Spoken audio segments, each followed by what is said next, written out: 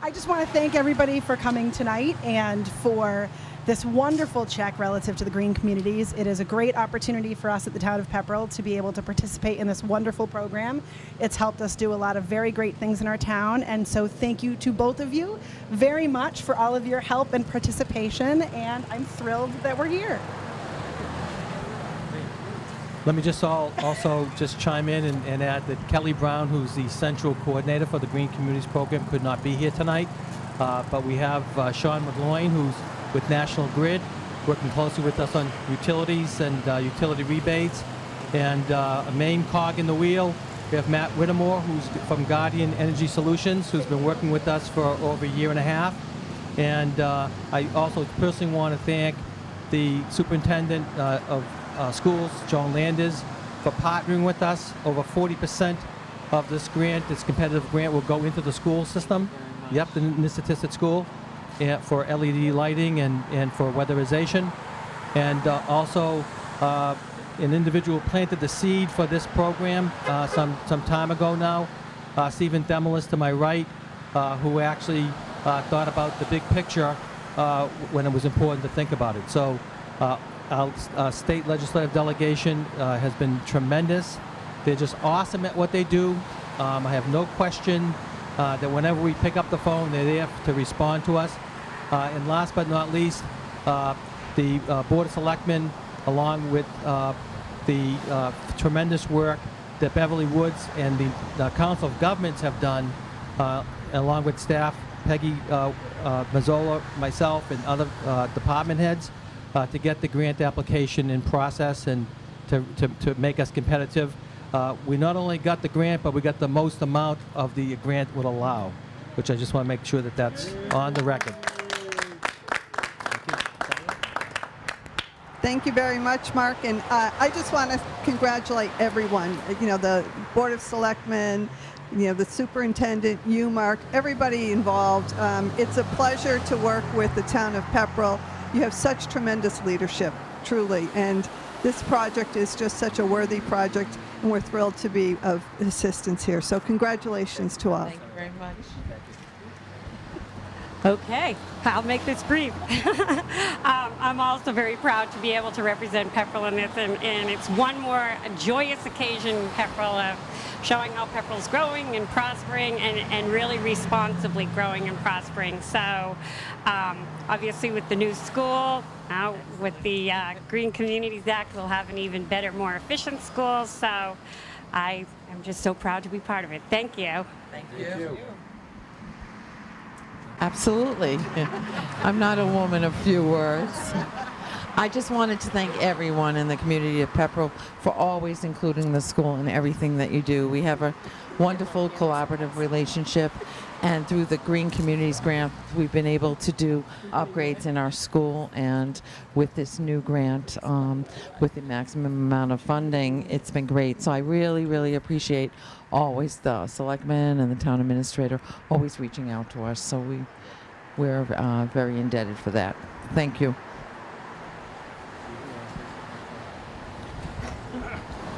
I think the select board should get ready for the next competitive round, $250,000 more. So it's something we should be looking into over the next 12 months or so. So thanks to everyone for going green in this community. We're really proud of what we've accomplished here. And kudos to everybody that's participated in the program. Thank you. Sean? You don't have to. Sure. I got the microphone now, so. Well, I wasn't really, didn't have much prepared, but I will say that I've only been working with Pepperell for a short period of time, and I can see in that short period of time how dedicated you folks are to, becoming more sustainable and reducing energy cost in the Green Communities program. So I look forward to hopefully many more projects to come in the next couple of years. Thank you. Well, that covers it, and we want to thank our cable team for their hard work and efforts to always get us on camera at the right time. And I want to thank everybody for participating today. Thank you. Thank you.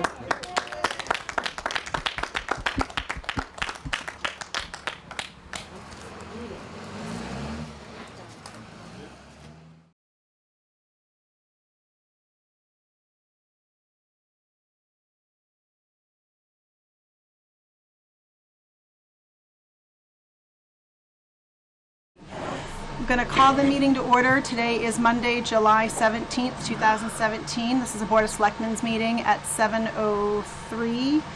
We are live and recording for rebroadcast. And if everyone could stand for the pledge.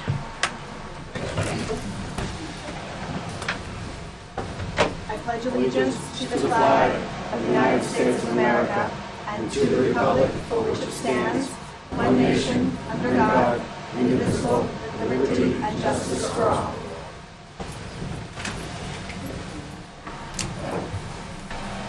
First thing on our agenda is the acceptance of minutes. Do I have a motion? Well, I have a little concern with the executive session minutes from June 12th. They're not to be released, just so you know. There's stuff missing out of it, too. The vote that we have in the regular minutes.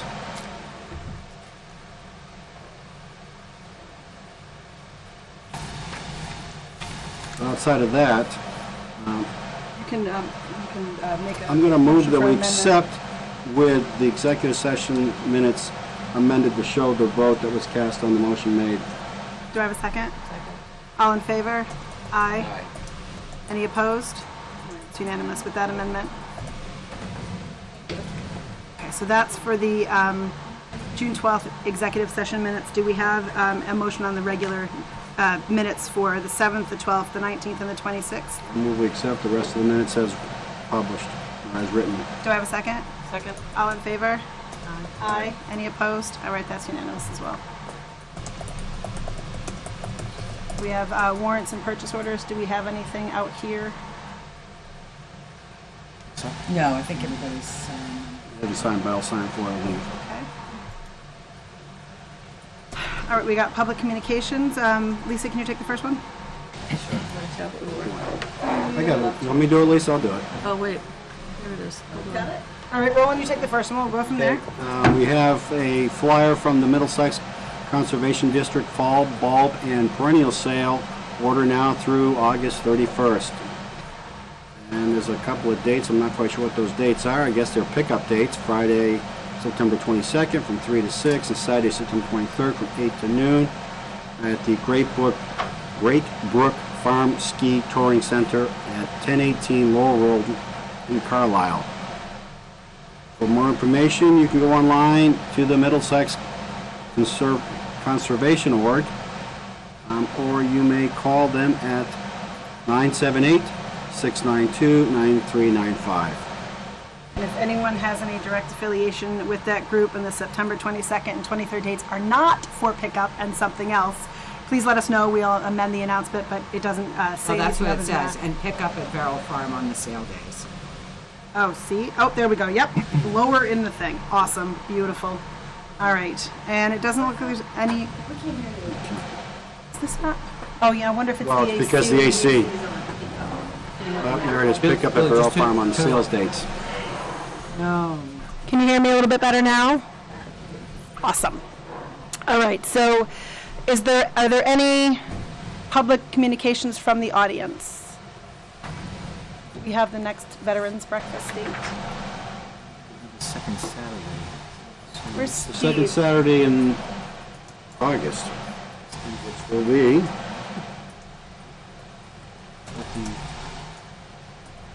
The 10th, 10th. 12th? I don't know. Steve in here? It's second Saturday in August. When is that? Hang on, I'll tell you. 12th.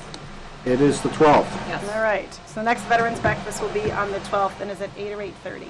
8:30. All right, at 8:30. Beautiful.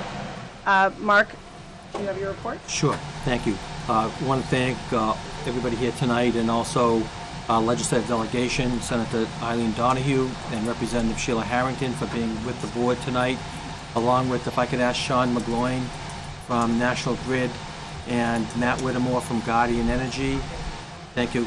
And also Beverly Woods from the Northern Middlesex Council of Governments to come forward. Just want to recap that the town of Pepperell Here we go. Now they can hear us. Town of Pepperell competed and won a $250,000 state grant from the Massachusetts Department of Energy Resources. We've worked strategically with don't know if Superintendent Landers is still here too. Joan is still, yeah. Yeah, come on in, guys. Yeah, just come in. This won't be long. Joan, come right in. Bring the whole clan in, whole group. There you go. I'm gonna have you talk now. Just Smile wave. Just smile. It's all good. Yep. So, Some in the front. so maybe you can introduce yourself so the public know who you are. Sure, Sean. Sean McGlone, I work for National Grid. I'm the energy efficiency rep for the town of Pepperell, and kind of new to handling the assignment for this town since May 1st. Thank you. So Matt? Matt Whittemore, I work for Guardian Energy. We're the contractor to help Mark and Peggy and everyone else put together the ERP for green communities. Joan Landis, superintendent. Hi, everyone. And I see Beverly Woods is leaving from the Council of Governments, but just to set the stage for what happened over the past year and a half after the board had set a really high bar to get competitive grants into town. The town went out and got $152,910 on the initial round. We did a ton of work last year. You don't get the second round until you don't get to get there until you spend all of the money efficiently by standards set by the state in the second round. And we did get that application in on May 3rd, March 3rd, and we received word on June 19th that the town received the maximum amount under the state program of $250,000 for the Green Communities Program. Let me just list here the list of projects that we have. We'll go forward because we do have the go-ahead, Matt, so just so you know, right? So you're all set with that. $47,742 for library upgrade and lighting. I see Deb Spratt is here, and I see members of the trustees are also here. That will be lighting that will meet your needs, I might add, going forward. $77,306 for the Nissitissit School for lighting, exterior, gymnasium, and corridors. And along with that, $24,233 for the school weatherization. We did Varnum Brook last round, and so we're all set with that. $28,160 Chief, for the public safety complex lighting. $33,807 for the community center. I didn't see anybody from the rec commission, but I spoke with Tim Doyle about that, and Nancy Archer. That's to replace an oil-fired furnace, very inefficient, with a new natural gas furnace that will also be receiving some air conditioning upgrades to the community center. $35,069 for the highway department lighting that will be going forward, working with Ken Kalinowski and Peter Shattuck from the highway department, and a small amount, $3,683 for administrative overhead to cover the distribution of the grant. I want to once again thank our partners, particularly in the schools. Joan, this is I think the second year we've been at this. To try to make and bring as much efficiency as we can. Many towns work very diligently in getting the schools involved, and I want to acknowledge that with the Board of Selectmen. And also, I saw the former Selectman Demolis is here relative to the initiative that he put forward back in the fall of 2014. Thank you, Steve, for that. So we are on our way, and that's a very important part of a program. I also would like to thank publicly Kelly Brown, who's the Central Massachusetts Coordinator for the Green Communities Program. She couldn't be here tonight. And thank her for her unyielding support and valuable assistance in moving this program along. The second item, Melissa, that I have is a program. I'd like to ask Jeannie Sorvell, if Jeannie is here. If Jean's out in the hallway, or... Well, our new town clerk is here someplace. Jeannie Sorvell started today. She was the assistant town clerk in the town of Sterling. She has other municipal experience, and Ms. Sorvell began work today, and you have the attachment of my letter of appointment. She was also a certified municipal clerk and a notary public. That comes in quite handy here at Town Hall, helping our citizens get things notarized. And I also want to extend a big thank you to James Mullen, who is the interim town clerk, formerly of Milton, and for the work of Sharon Tetro, assistant tax collector, and Joan Ladek, who's the precinct 2 election warden, for their work on the selection committee and helping me move that along. The third item I wanted to note, you note on all the signs at Town Hall and media releases that we put out that Town Hall is now open on Fridays from 9 to 12. These hours were restored to the general public. We've had a very good start, even though we're in the middle of summer. I'd like to just to read to you one thank you that we received real quickly, if I could, Melissa, from a Tina Landry, whose daughter came in to be registered, to register her son. So Alicia Glidden came in with her mom last Friday. She needed proof of residency for a meeting with the schools, and we were expeditious in getting her a copy of that record, and I think she was registered, Joan. All set. All set? Thank you very much. So we'll be tracking that going forward. I've asked departments to keep a log on counter time so we can gauge how it's working, particularly as we get into some of the months after vacation time. The fourth item I'd like to ask, I saw Susan McCarthy in the hallway. Susan, if you can come forward. We have an update on a couple of things. You bring that to Steve? Oh, I have it. It's in the other room. But I felt like there's too many checks around here, so I didn't bring it in. You can't have too many checks in our business. Never have too many checks. No. Do you have it? Is it with you? It is. I'll go grab it. Thank you. I'll just give you the lead into this. We did have a meeting on the 27th at Pepperell. It was represented by Lisa and Roland and myself, and the senior center logs in the number of hours of volunteer time, then they convert them to hours that would otherwise we would have to spend money for. And this year, I'm proud to say, thank you. You can put it right over there. Much more important. No. Yay, Diana. So our hours are up by a third this year over last year. And if you've been in the town selectman's office, my office, you'll see that we have this prominently displayed on the wall because it's about serious time. People giving back. In many cases, we would have once again have otherwise had to spend public dollars to go and do something. And maybe Susan, you can kind of give us kind of a catch-all. Well, for our volunteer dinner, 200 invitations go out because we have 200 volunteers, ranging from different things. But we serve about 160 people a week meals in-house. We have a chef on duty, which means 2 or 3 other volunteers are with him every day. We have Meals on Wheels that go out every day. We have 3 different people every day that go out with that. We have seniors that can't do extra things, and they go and their job is to do the bird feeders, and their job is we have cleaners that come in, and these people treat these jobs like they're getting paid. It is unbelievable. They will call 3 or 4 weeks in advance to let you know they're going on vacation and that you need to fill a spot.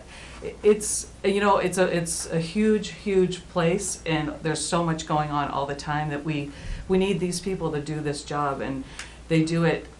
It's really a calling for them, I truly believe, and they love it. And I think they see that if you walk into our center, anyone that hasn't come, please come. It's a warm, inviting place, and people get this warm feeling, this great energy, and you want to be a part of it. And it makes it easy. But Diane Homoleski is the heart of that group, and she treats everyone. I mean, they're running out the door, and she's jumping out of her chair to thank them, for all that they've done. It could be that they just washed dishes for an hour, but it's a reciprocal thing. People are they just want to give. And it's not just this town, it's all around. That people hear about the center and the energy that we have there and the community that we have there. As I've always said, you're home away from home. It is truly that way, and it just brings people in. So I want to thank you for recognizing that today, and I want to thank you I wish Diane could be with us today. She's doing great, but she is the heart of that whole project, and those people are amazing. I know we have another real big volunteer, Phil Durno is here. Phil Durno on my board. He does a ton of work. He's on the Council on Aging board, and You know, it's amazing. Just to give you the numbers, because I think that speaks for itself. We were just under $100,000 last year. We're at $127,627 this year, which is $31,447 more of giving this year in a very difficult time. That's not.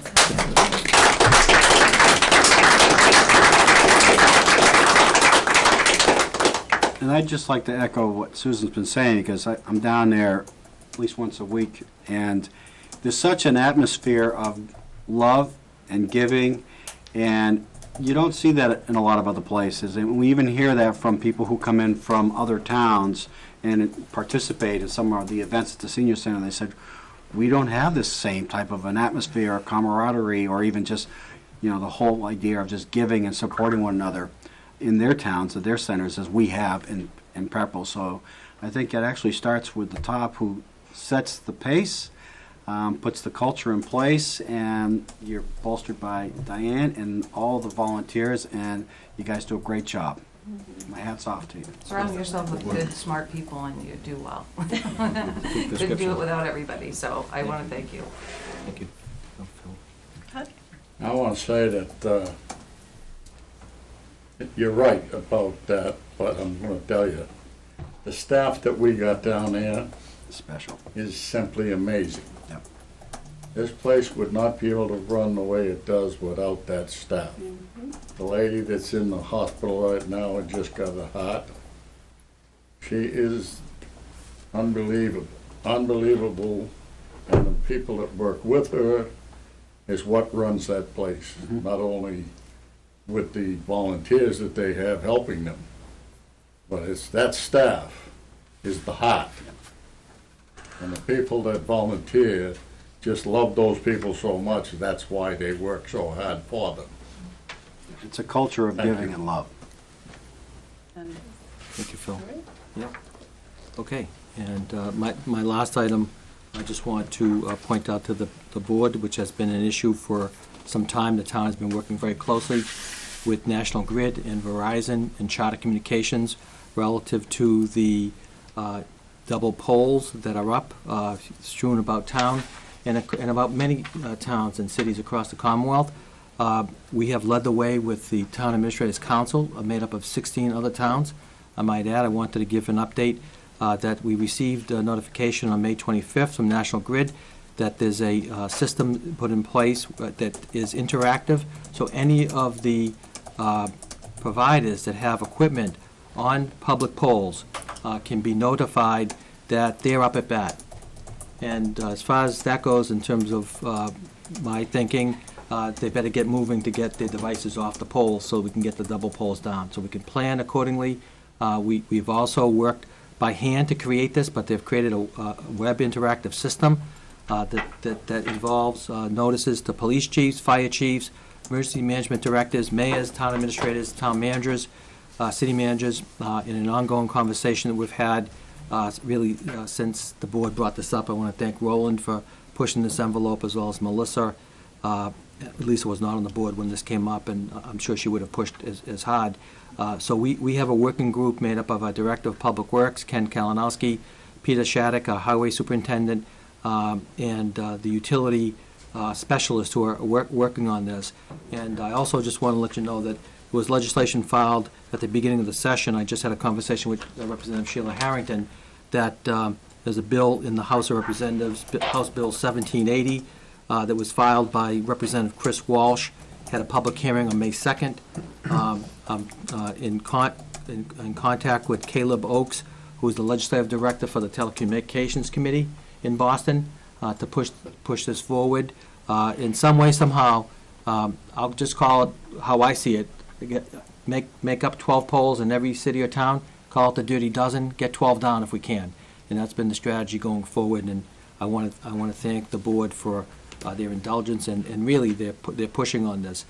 We brought this to the table of town administrators, and we'll continue to move that agenda forward as this process unfolds.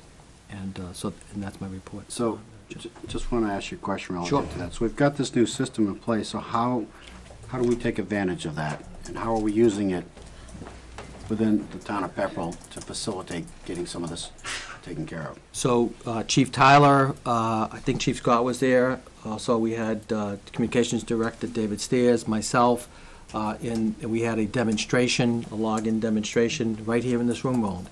So we can now track and see who's on the poll, who's up at bat. We have had to do that. David is shaking his head no, he was Oh, not there. David was so- not I don't think David was there. Oh, okay.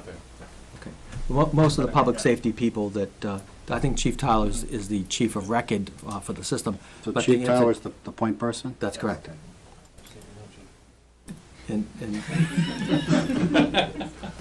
it's called, it's a very important way to make sure that we can point out who is on the poll holding things up. And that's been the bone of contention Right. as we've moved forward and got this very sophisticated training on this web-based product that the utilities are paying for.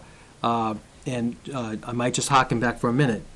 In the legislature last year, up until the last minute, there was a bill that allowed towns, if we were being held up, to actually fine the utility. What an interesting, sorry, Sean, what an interesting concept, to actually charge back the utility because they're holding us up. Because we're trying to put in sidewalks, we're trying to improve public ways, we're trying to give public safety the highest possible advantage here as it relates to polls. But we didn't know who was on the poll and when. And in some cases, some towns, some cities had their own equipment on. And Chief, correct me if I'm wrong, we made absolutely certain we don't have anything on. Correct. Is that correct? That is Okay. Good, good. So Yeah, they don't we're want not to do that. holding We anybody are up. not the holdup. Right.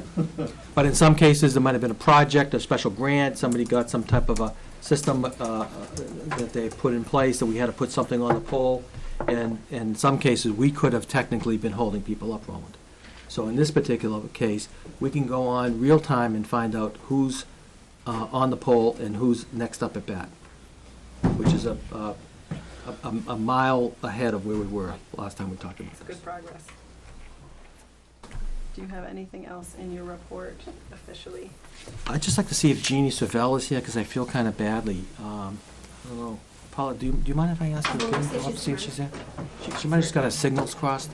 I just didn't know. Don't forget we have Public hearing? safety Okay. people, no, public safety people here to recognize. Yeah, I'm all set. Gentlemen, you're all set. We're good? All set. Spend as much money as you can locally while you're here. Listen, you take care of the polls, all right? See you. Oh, Take care. yeah, I'll see you, I'll be back in town this week. I have the newspaper if you want the article. So Mark, while we are waiting for that, if it's okay if I jump in for a second. All set. So during the, what was supposed to come up during the public communication section, but didn't get to me. So sorry about that. I know that while I was away, there was an event, I think at Donnellan's, and we got to use some new equipment relative to public safety. And At the person's house. was there something at Donnellan's as well? So I apologize. I was away, so I'm learning about it after the fact. But we wanted to say thank you to everybody involved. It's nice when we have a public safety success. They're always nice when they're a success. They work really hard to do what they do every day, but it's really nice, sort of an extra nice, when our new equipment gives us an extra success. So it's nice to know that the new equipment we're putting into service actually serves us well, serves to add something to the services that are provided that we weren't able to offer before, and helps to take off some of the pressure from the individuals who were involved. So I want to say very much, thank you very much for what you do every day. I know that this was a first for a particular piece of equipment, but I don't think it's unique in the sense that they work hard every day. And so I want to say thank you for what they do every day.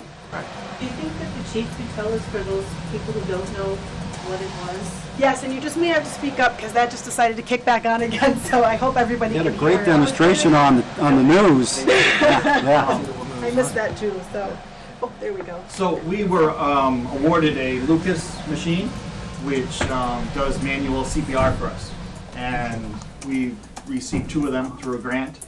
And a couple Saturdays ago, we had a gentleman that went into cardiac arrest, and some of our first responders got there. They started the son started CPR, and then as our first responders got there, they started CPR also. And then the police got there, and then our medics got there. So as our medics got there, they were able to put the Lucas 3 machine on, and got him to the hospital, and he was out of intensive care the last time we checked. So it's really a great puzzle that everything came together. And the only other piece I left out was the dispatcher that, you know, kept everything coming and gave us good directions and stuff like that. So. And for those who have really, never actually given CPR, it is very intense for the people giving it. Having done it, it's very intensive on your body, and just even seconds or even short minutes of it can be taxing for the individuals giving the CPR. So having a piece of equipment that can take that over just makes it so much easier on the actual EMTs and the paramedics. They don't have to tire themselves out, and they can focus on making sure the patient is taken care of. So it's really a remarkable piece of equipment. And the new machine will go for up to 45 minutes on one battery, whereas when people do CPR, we swap out every 2 minutes. So it's really a great thing. And if you look at, I'm pretty sure that on our Facebook, Pepperell Fire Department Facebook, it's got the article from Channel 4, and you can see the machine and all that. So it's really very cool. Great. It's cool. So, So I think someone has a Peggy, list. do you have a list of names, names right? of Or everybody? I do. Toby does. Well, David, you're pulling do you have a out, list of guys? I do. Let's see. Toby, how many other communities have this piece of equipment? Do you know? A lot of them do. I mean, a lot of the medic units Yeah, so do. it's Yes. becoming pretty standard. Yeah. Certainly makes the job a heck of a lot easier. Yes. And I have Save pins here paper. too, if, when Toby reads out a name, if they want to hand them out. Hold He it gave up me here. pins to give to everybody, so. So we'll start with Jeff Cormier, who is the dispatcher, Ben Simmons. Are they here? Yeah, they're here. So Come on So I up. saw Ben. Ben Schmidt.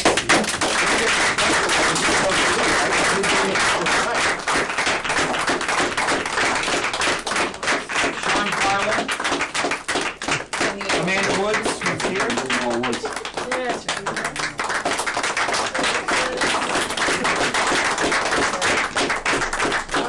Captain Melissa Schrader.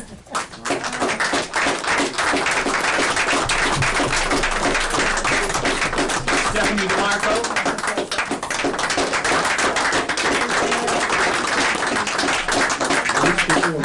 Lieutenant Todd Blaine.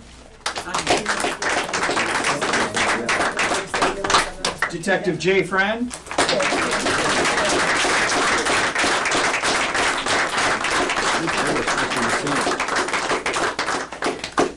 And Officer Mike Kinney.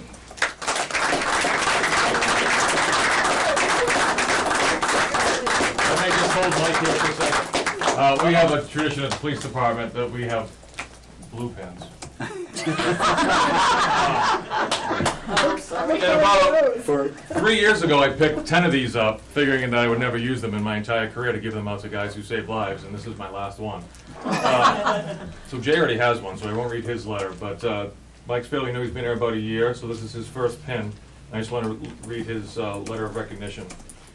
On July 8th, 2017, at approximately 9:29 a.m., you were inside our dispatch center retrieving information when you witnessed dispatcher Cormier take a 911 call. You monitored the conversation and determined that it was a life-threatening situation and retrieved the address from the 911 monitor. Understanding that it was the type of situation where seconds count, you hurried from the station, ran to your patrol car, and were responding to the scene before the call was even dispatched. You were the initial first responder to arrive on scene. Not what the chief said. You immediately reverted to your training and took over CPR from the victim's family member and also provided defibrillation to the unconscious victim. You worked seamlessly with the other Pepperell first responders to eventually revive the victim, who is expected to make a full recovery. I would like to recognize you for your prompt and professional services rendered to this victim, as well as the teamwork you displayed during this stressful event. Your actions are a credit to the Pepperell Police Department and the town of Pepperell.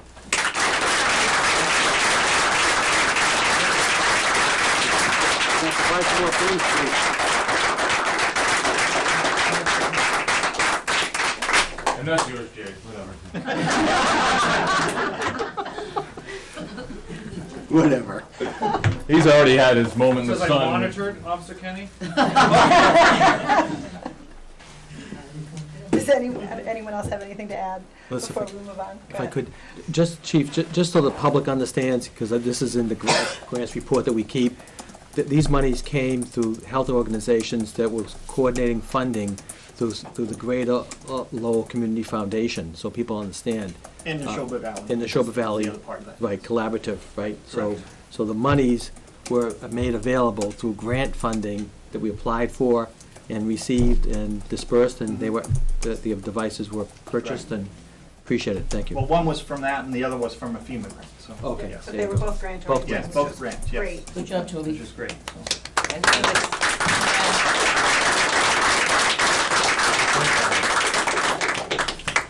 All right.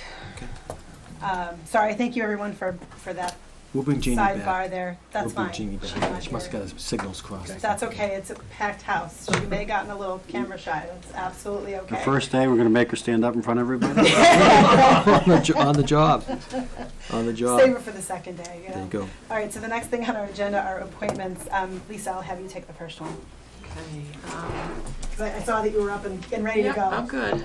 To the Board of Selectmen from Peggy Mazzola regarding annual reappointments. Please act on the following reappointments with terms to expire, with all terms to expire June 30th, 2018, unless otherwise indicated.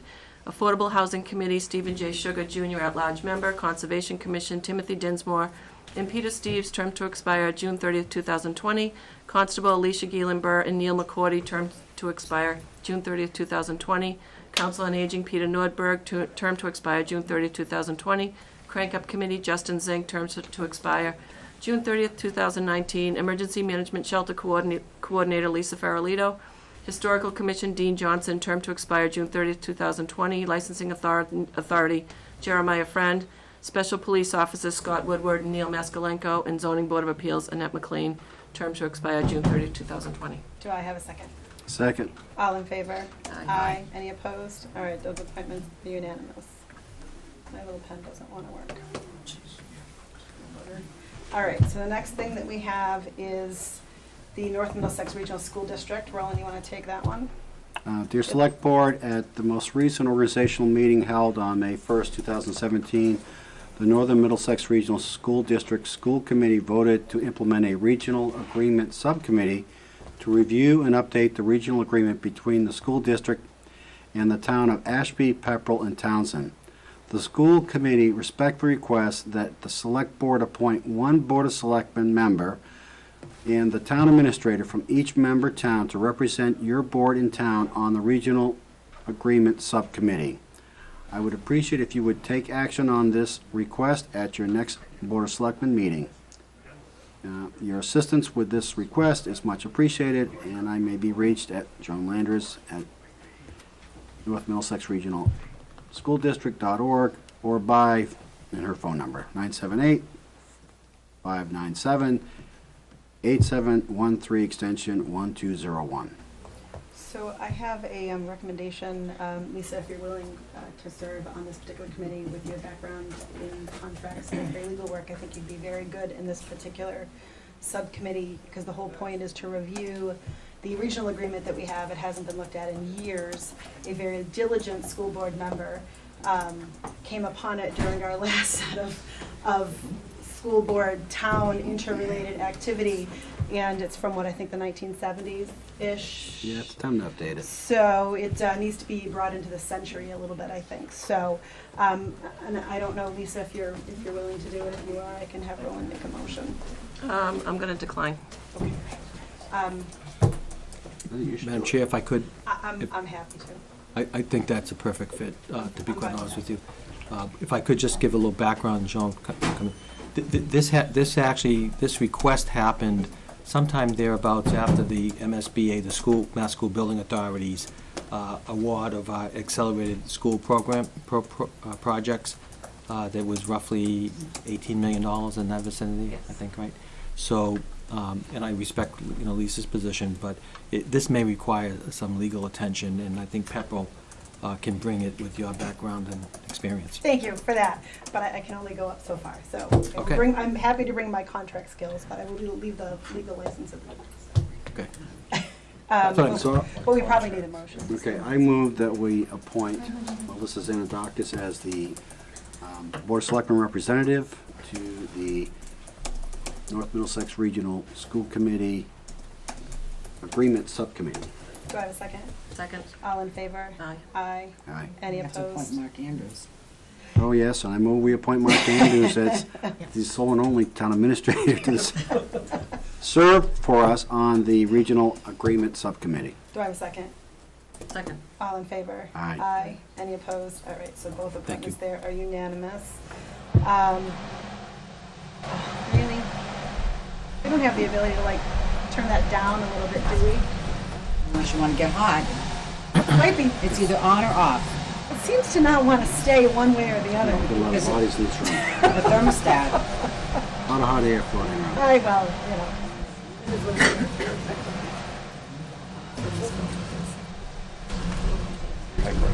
All right, I will take this one since it doesn't appear that it's going to go off anytime soon.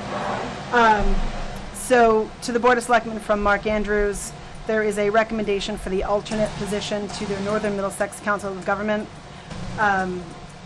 We need to have an alternate for the NIMCOG appointment. The town administrator is recommending Stephen Themelis of 4 Franklin Street for this appointment. He's been Mr. Themelis has been a sitting member, on NIMCOG and a member of the Board of Selectmen in the past, and has extensive experience in field and regional planning. And in addition, he has 7 years of service on the planning board, and Mark feels that he will bring a unique perspective to this particular position with his 13 plus years of experience at the town of Pepperell and such. Do we have a motion, discussion, question? Question. Who's the NEMCOG rep? That was my question. Our current rep. Well, it was Stephen before. So it was Stephen, so because he's not on the board, he can't be our rep. That's correct. Right. So we need to vote 2 people. So technically, we resident. also need to appoint somebody from the board as well. That is correct. Yes. And that they work out the details of who can be at the meeting, who can coordinate. So my recommendation was going to be Roland. He sits on the Sites and Signs Committee and has other involvement with NEMCOG and other experience in the arena that would make this a good fit for him on this particular board, for our board's member on the NEMCOG. What does it involve, being the rep, exactly? What it entails, through you, Madam Chair, is attending the meetings, participating through the Council of Governments on assignments or subcommittees.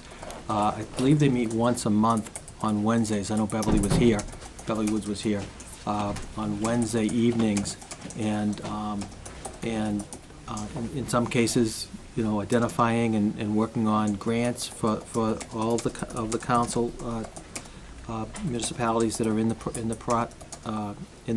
district, or whatever project that comes up. So it's really being attuned and working closely with Beverly Woods, Jay Donovan, and the staff at the Council of Governments. And I am assuming that all of the towns that are involved in NEMCOG have the ability to appoint a primary member and an alternate. That is correct. For participation in agreement. Yeah. It's right in the agreement. So in essence, these are our reps for the town of Pepperell. That is correct. And I And then would the be planning board interested in appoints a filling this. representative as well. I'm sorry. The planning board also appoints a Yes, no, representative. I know one. they do as well, Right. yes. Who's the planning board alternate, sorry? It is Chuck Walker. That's it. Chuck? I Good. knew that, Good. okay. All right. Yeah, we knew that. Yeah. All right, do we have any other questions, comments on So this who particular? were you going to appoint for the NEMCOG rep? I mean, if Stephen's here as the alternate, who was going to be appointed for the NEMCOG rep? Roland just said From he us, would be from our interested. board. I'm Yeah. interested in So filling Roland this. is? Yeah. Yeah. Okay. Just trying to split it up. Okay. Do we have a motion then? I vote that we nominate Roland Nutter as the NEMCOG rep, the Board of Selectmen. And do I have a second? Second. All in favor? Aye. Aye. Any opposed? All right, Roland's appointment is unanimous. Do I have a motion on the alternate? I don't mind being the alternate. I could do that. Can we have 2 Board of Selectmen members be on there, or does it have to be a non-Board of Selectmen party? I believe the agreement says a resident. She's a resident. She's a resident. I live here. No, I understand that. Do we know if the definition of resident excludes anyone who is already sitting on a board, as in a resident at large? I have to check the agreement, Melissa. I don't know. Okay. Yeah. I don't know. I mean, I think it's just a matter of working out whoever can be at the meetings, because I think it's important to have somebody at the meetings. Yep. I get Does the that. alternate go with the member? They could, but we get one vote, is how it works out. But the alternate would go in place of the member. If there's the member wasn't if there's a gonna be conflict there, in the schedule. alternate- Right. Just like in a jury, you know, alternate juror. So then, I just want the record to reflect I stand by my recommendation. no, understand. If we are going to have more than one person put their name in the hat, in all fairness, we should probably consider them both at the same time, but we should get an answer on whether a resident means a resident at large, meaning you can't sit on anything else, or meaning you just have to be a resident, and it doesn't matter if you sit on the board. To at least get an answer to that I'll double question. check that. We can hold off on that until the next meeting. Yes, so at least if we have one member that covers us from now until then, at least. Pen really doesn't want to work. All right, so then we will defer the appointment that is here to our next meeting with follow-up.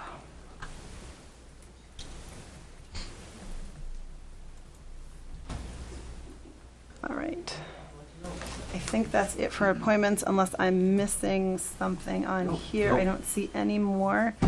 So we are past 7:30, so the next thing that I see on our agenda is the public hearing for 3-dog training, unless I'm missing anything. Nope. So, Nope. are you related to 3-dog training in the front? You Okay, are? so anyone who's up front who isn't, I'm just gonna ask if you can step back so they can, come on up. You may not want to be in the hot seat anyway. I'm Lisa. Okay, I didn't know whether you were. All right. Do you have an agenda for this? Yeah, it's sort of. Buried in. What do you need? So if you could introduce yourselves Yep, to start, absolutely. that would be Open the great. hearing first and Yeah, sorry, I will open the hearing, for the public hearing for the application of Lisa and Peter Forbes for 3-dog training relative to a commercial kennel and training facility in the commercial or industrial district on property owned by 4 Hotel Place LLC and located at 4 Hotel Place, and further described by the deed recorded with the registry and the applicable recording information. The public hearing to be held Monday, July 17th, 2017 at 7:30 p.m. at Town Hall. All interested parties are invited to attend the public hearing and provide any oral or written comments to the Board of Selectmen on or before July 10th of 2017. And the application may be reviewed at the Selectmen's office Monday through Thursday, 8 a.m. to 4:30 p.m. All right, so. I apologize. I'm here for the 8 o'clock dog. Oh, all right. So then we're going to stick you in the bag, Sam. I'll make that Okay, now we're good. So then if you could introduce yourselves. I am Lisa Forbes, Peter Forbes. and we are the owners of 3-Dog Training. I started 3-Dog Training back in 2014 after a long 20-year career in the animal welfare field, mostly animal sheltering. My business up until now has been a private in-home dog training business where I go to clients and I teach them how to train their dogs. In the last couple of years, it's become apparent that the majority of my clients are actually in this general vicinity.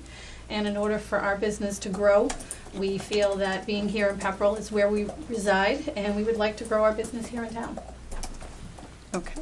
Mark, is there anything else that we need to add before they start and we start to ask questions? No, I would just make sure that the legal notice was read into the record, that I believe you have. That's what I was reading from Right, okay. when, yes. The only thing that I did not read into the record was the applicable recording information for the deed book and page Yep. for the registry. However, if we need that in, the deed is at book 65192, page 299 in the Middlesex South Registry of Deeds. All set. Assessor map, tax map 26, parcel 97-0. Those are the only two things that I did not include. Right. Thank you. So tell us, before we start bombarding you with questions, why you want to open this particular business and opening it in this particular location. We really felt that our business was in a new place to grow. A lot of our clientele has been asking for more services, and we can't do that unless we have a location. We looked around at a few locations, and honestly, we live here in Pepperell. We've been here for 15 years. No, and well, almost 19 years. Almost 19. And we really want it to be a community-based place. We want to be able to offer training to children with their dogs as well as families. And, you know, Pepperell is where we've been. All right. Do you have some questions? Well, I have more just clarification for the board ourselves. So the reason we're having this meeting or this special hearing right now, is it primarily because the location does not meet the zoning requirements for 2 acres of land, correct? Okay. Yes, if you look at Ned's, I mean, if you look at the letter from the building inspector. Yep, I saw that. Yeah, okay. And so that's why I was just clarifying, that's the whole reason why we're here. And the only reason you're in front of us. Right, So the because they have us zoning- classified under dog kennels, we're Right. really not a We're dog not- kennel. You're in that Don't- area that doesn't, Right, have it's no kind of a hair- coverage for it. We don't Right. exist. Right. And so you're going, you know, this is, you want to hold classes. We're going to be teaching classes. We're going to be offering puppy play groups. The owners are going to be with their dogs at all times. People will be coming in for a class, they'll be leaving. Really straightforward and very simple. Almost as if it was a retail place, you know, I'd say even a dog room if someone drops their dog off, but Right. here, they don't even drop their dog off, they stay They with their stay. dogs. Right. Yes, it's almost like a puppy park. In a sense, yeah. Yeah. But some of it's training, some of it's play. Yeah. And so that's the only real reason we're here, is because it doesn't fall within the zoning bylaws of 2 acre piece Right. of property, so. Do you have any other questions, comments? Well, they were covered in most of the pieces of information that have been provided as far as the process for cleanup, what you're going to do every day, so there's no waste disposal issue. I guess the one question there is, you talk about having the owners clean up after their dogs, and if they don't, your staff is going to Yes. clean up. You're going to sanitize the mats and everything every Yeah, we have a day. disinfectant protocol in place. Yeah, I saw that, the protocol. Mhm. And so where is it being disposed of? In our weekly trash, the trash will be collected by our landlord, and actually that will then be disposed of. In the interim, in between the weekly trash, what kind of storage will you have? Obviously, it's a little stinkier than the average garbage, Right. so. Well, it'll all be double bagged and in metal container with a lid. And I have to say that in one of the pet supply stores that I do work at occasionally, they have one of the poop receptacles outside, and most of the dogs aren't pooping outside. So it's not like you have to empty it every day. It's not like, but it's there in case it's needed, and it's there for people too. And nowadays, people are really good about cleaning up after their dogs. You know, 10 years ago, people didn't have poop bags attached to their leashes, and now everybody does. So people are relatively pretty good about cleaning up after their dogs. And so. they're biodegradable to boot, so it's a Exactly. win-win all around. So, I mean, for the most part, when people are coming to teach a class, to have a class, they've already walked their dog, they've already peed, and they've pooped well before they've gotten there. So, I don't see that as a huge issue. No. Lisa, do you have any questions Are or they going to be comments? any All right. overnight stays? Absolutely not. Nope. And Peggy, have there been any objections by neighbors? None? Okay. Sounds good. Are any abutters here, neighbors here? Okay. Anybody But this is in a commercially zoned area anyways, right? It is. It is. Mhm. Yep. Do you have any other questions or No, I comments? All right, so you guys covered mine. So there's no boarding. Nope. No. No boarding, no It's actually daycare. written Come into as the you lease go. that there's no boarding, because there was a question that someone asked, you know, that it might happen in the future. Yep. But it's written into our lease that you can't board animals. What do you plan to have roughly for hours? We're thinking Tuesday through Sundays. Tuesdays, most of the weeks are going to be maybe 1 or 2 classes during the day. Most of our classes will be evenings and weekends. So at the latest on a weeknight, 7 o'clock would be our last class, so we'd be closing by 8. And on the weekends, probably around 5 or 6. All right. Does anyone have any questions or comments in the public? Else, anybody else in favor? Anybody else against? Yeah, but I want to see those comments Okay, all right. I'm just trying first. to make sure they hear it. Just saying. What kind of training? Just like obedience training? Yeah, we do positive reinforcement training. So it's basic I know you got the manners. poll on your way, Bill. It's basic manners. It's, greeting people politely. Because we have so many more dogs here in town, it's definitely needed. I'm very busy with the privates, so it's definitely needed. Okay. Do we have any other questions? I have a question. If you could just identify yourself before you Crystal speak. Jeffries, 22 Healed. The training that you're doing, you said that the owners will be with the dogs at all times. Do you offer any training classes where the owners do not have to be with the dogs? No. And I can train your dog to do pretty much anything, but it doesn't work unless you're there. So I need the owners there.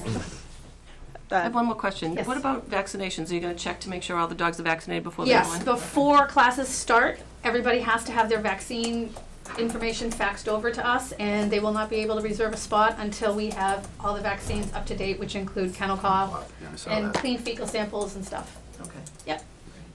So Phil, you're here. What's the Board of Health's position? I think you have our recommendation. I do, but you're here. Not everybody here can read what I have in here. Well, I only have one comment on her comment about everybody is very good about picking up. To that comment, I'll say, not everybody. That is true. I'll get you there. But they are doing better. I think it's a good idea. The communications from Kayleen brought up, mentioned that Supposed to the read property exhibits into the record. is serviced by read all of town. them? You want us to read them in? Yeah, we You're can do supposed that. to read them into the record, yes. There's quite a few. So if you go under SSP 17-01, there's exhibits. There's a bunch of them. So why don't we just take them one at a time? So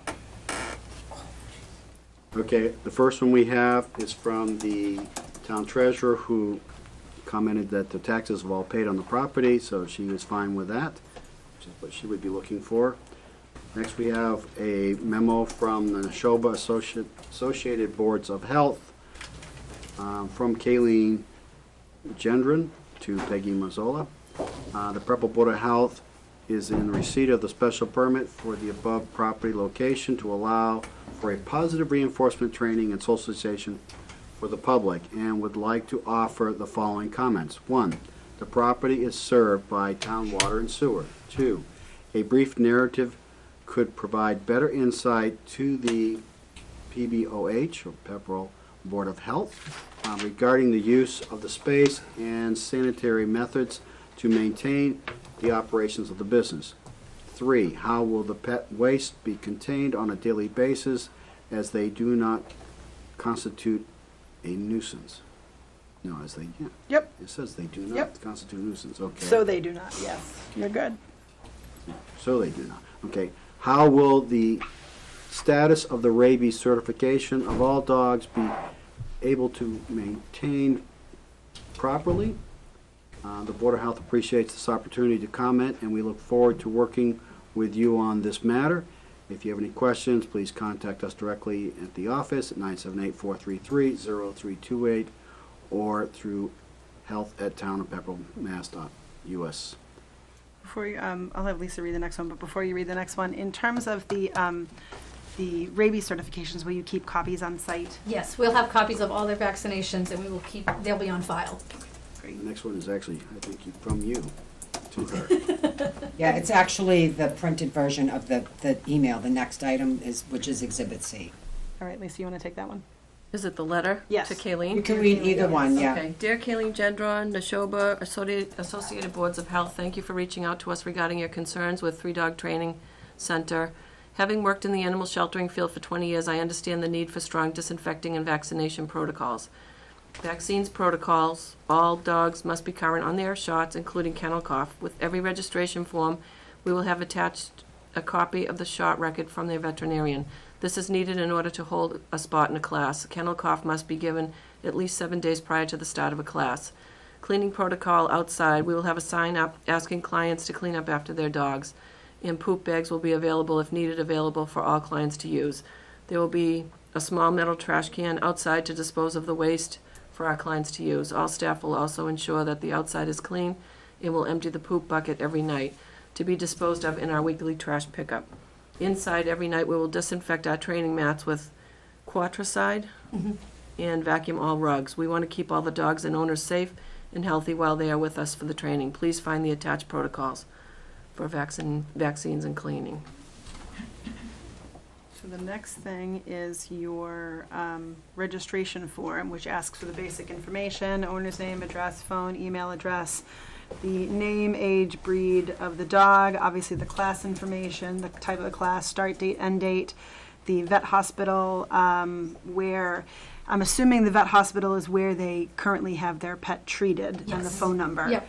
And then it has in here that all dogs must be up to date on their vaccinations, have a clean fecal, and be parasite-free to attend any class. Copies of vet records and payment are needed to reserve a place. And then you have different categories in here: age under 12 weeks, and the specific requirements for shots, stool sample, and titers. Peggy, you want me to read each one? No, you don't Okay, need good. to. And then the distinction by age, 5 months to a year, and then all adult dogs, so that this can all be filled in. So that's helpful. That gives some information. Lisa, you want to take the next one? The daily disinfection. Daily disinfection and cleaning protocol for 3-Dog Training Center. Outside, there must be a sign telling our clients to pick up after their dogs. We will provide waste bags for all of our clients to be sure that they clean up after their dogs. We will have a small metal trash can lined with a trash bag outside for the waste that will then be emptied every night with our daily trash. Staff is also responsible for checking and cleaning up waste that has not been cleaned. Trash can will be brought inside every night after being emptied. Inside, if a dog has an accident during a class, the staff is directed to get enzyme, simple solution, and paper towels and clean it up immediately. Every night, all dog training mats must be disinfected with Quatricide disinfected. Rugs vacuumed and bathroom cleaned. Refer to the MSDA book for information on Quatricide product. All staff members are directed to observe every dog before class. If dog appears to be ill or staff is unsure, they will get a supervisor who will determine if the dog is healthy enough to attend class. What is Quatricide? It is a disinfectant that most animal shelters use. It is a preventative for parvo and a lot of your shelter animal viruses. Roland, you want to take the 3-Dog Training, the next summary? Looks like a letter from Lisa and Peter Forbes on 3-Dog Training. I started 3-Dog Training in 2014 after a 20-year career in the animal shelter field. At that time, this was a private in-home custom training program where I go to the client's locations and have one-on-one training classes with the owner and their dog. I have clients in southern New Hampshire and most of Mass. As my business has grown, it's become apparent that now is the time to expand and have a location where we can teach group classes and privates. We will not be doing any boarding or daycare on this site. We just do positive reinforcement training and socialization for the public. On average, there will be no more than 7 dogs to a class, and each class is an hour. Owners stay and work with me and their dogs, then take their dogs home after each class. There is a need for our service here in town. The population of dogs in Pepperell has increased consistently, and having well-behaved dogs is important to each owner and to our community. As of now, dog owners in our area must travel 30 minutes or more to places like Petco for training, and they are not equipped to handle customized training like we can. But by having our training location here in town, we can not only help our community, but we will also be attracting dog owners from the surrounding towns and beyond. Thank you for your considerations. Owner of 3-Dog Training, Lisa and Peter Forbes. Dated May 15th, 2017. So the next thing that we have on there is an email from Ned. Do we read Ned's email into the record? Considering that would be a attorney-client communication. No, Not that I I don't mind, but believe so. it's here, so. And I know he was just giving us an opinion on the fact that there wasn't a plan. Right. I think we're okay with what was read in. Which was then provided. Right, which then is Right. this, he supplements confirming he got Right. the plan, so, all right, that's what I wanted to ask. All right, then, the next thing that we have is from Stephen Parker, the town planner, dated June 14th, 2017, to the Board of Selectmen regarding the 3-dog trainee for to place application. Please be advised that the Planning Board at their regularly scheduled meeting of June 5th, 2017, commented on the above referenced application as follows. The board is concerned that lot size is a congested amount of space for this type of facility. The board is concerned about the close proximity of the neighbors, and the board is concerned that even though the application does not include the boarding of dogs, it would be allowed to do so in the future. And that is all that they put in theirs. Let's see. This is, who's this one from? This is from the Forbes after. There we go. seeing All it. right. I'll read it. Received July 11th, 2017 from Lisa and Peter Forbes, dear Selectmen, in furtherance of the above referenced pending application scheduled to be heard at your July 17th meeting, and in response to comment received from Town Council and the Planning Board is submitted to the Selectmen, we would offer the following for your consideration. As the Board is aware, the proposed location for the conducting of our dog training service business is located at 4 Hotel Place, commercially zoned existing structure, and is the former location of the Pepperell Home and Hardware Center retail store. Constructed approximately in 1979 and was most recently occupied by the Pepperell Music Center, which provided music lessons to many area students and where performances were hosted. Plans of the existing structure as well as parking are on file with the Town Planning Board, and for ease of reference, additional copies are submitted herewith. The subject property is owned by 4 Hotel Place LLC and is comprised of 2 commercially zoned parcels, namely Assessor's Map 26, Parcel 97, and Map 26, Parcel 106. Copy of Assessor's Maps also attached. The existing building is located entirely within the bounds of Parcel 97 and contains 0.29 acres. Parcel 106 contains an additional 0.38 acres and is a paved parking lot to service the commercial building. Both parcels are zoned commercial. The subject building is served by town water and sewer as identified in the town assessor's records, as well as shown on the attached town sewer lateral connection plan and town of Pepperell sewer easement plan. Located adjacent to the subject lot fronting on Groton Street is a commercial business. Whoa, sorry, I went too far.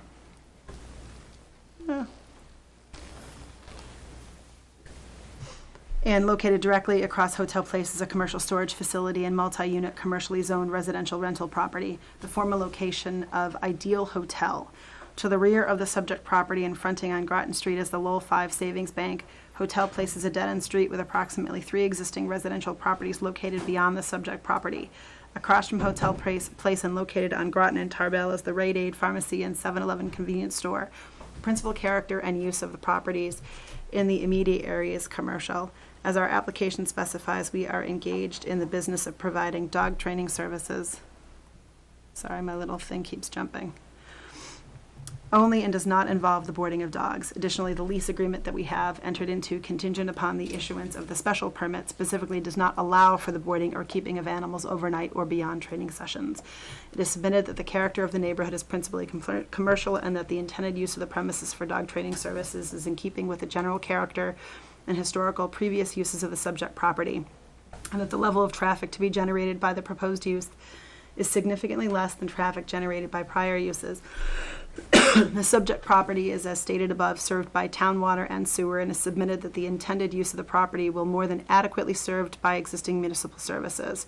As for impacts to the nature environment, should a dog in training need to relieve itself, disposal bags will be provided to the owners, and any such waste will be properly disposed of in self-contained airtight bags and removed from the property by Waste Management Services with an on-site dumpster and emptied regularly. While the dog needing to relieve itself can and does occur from time to time, it has been our experience that an owner will generally see that their dog has relieved itself before scheduled training and sessions are not of an extended duration. It is further submitted that the proposed dog training services serve an important community need by creating more responsible dog owners as well as trained dogs that are better behaved and controlled than the untrained dog, and dog owner promotes public safety. My experience with dog training has been that there has been an increased need and desire from the general public seeking such services, and therefore a demonstrated need. Please also see letters of support received and further evidencing the need and support for such services. In summary, it is submitted that the proposal use is in keeping with the general character of the neighborhood, is not detrimental to the neighborhood or natural environment, provides a needed service which is protective of the general public by having trained dogs, will not be taxing on or in any way overburdening existing municipal services, and will not have a negative impact on traffic flow and safety, and that more than ample parking is on site to serve the client's needs. Thank you for the consideration of our application, Lisa and Peter Forbes. All right, so the next thing we have is the plan, which shows the hotel place area. Rowan, you want to read that Pepperell Vet? We have a letter from Pepperell Veterinary Hospital dated July 9, 2017, to whom it may concern. I was asked by Lisa Forbes to write a letter in support of her establishing a dog training center in the town of Pepperell. In my opinion, such a business would be very beneficial to the town. As a veterinarian in Pepperell, I am frequently asked by my clients for recommendations on where to take their puppies and adult dogs for training. Whether it is for a puppy, kindergarten, socialization, more advanced obedience, or specific discipline training, I always have to refer them to a training facility in neighboring towns, often several towns over. I would prefer to support the local community, and would certainly not hesitate to refer clients to Lisa for such training purposes. Furthermore, as the town grows, the number of dogs in town also increases, and we all would prefer these dogs of Pepperell to be well socialized and well behaved, making training more readily available by having a local training facility would hopefully encourage more dog owners to seek the services offered, resulting in more canine good citizens. If you have any questions, please feel free to contact me at the above contact information. Lauren Flanagan, DVM. You want to take the next one? Sure.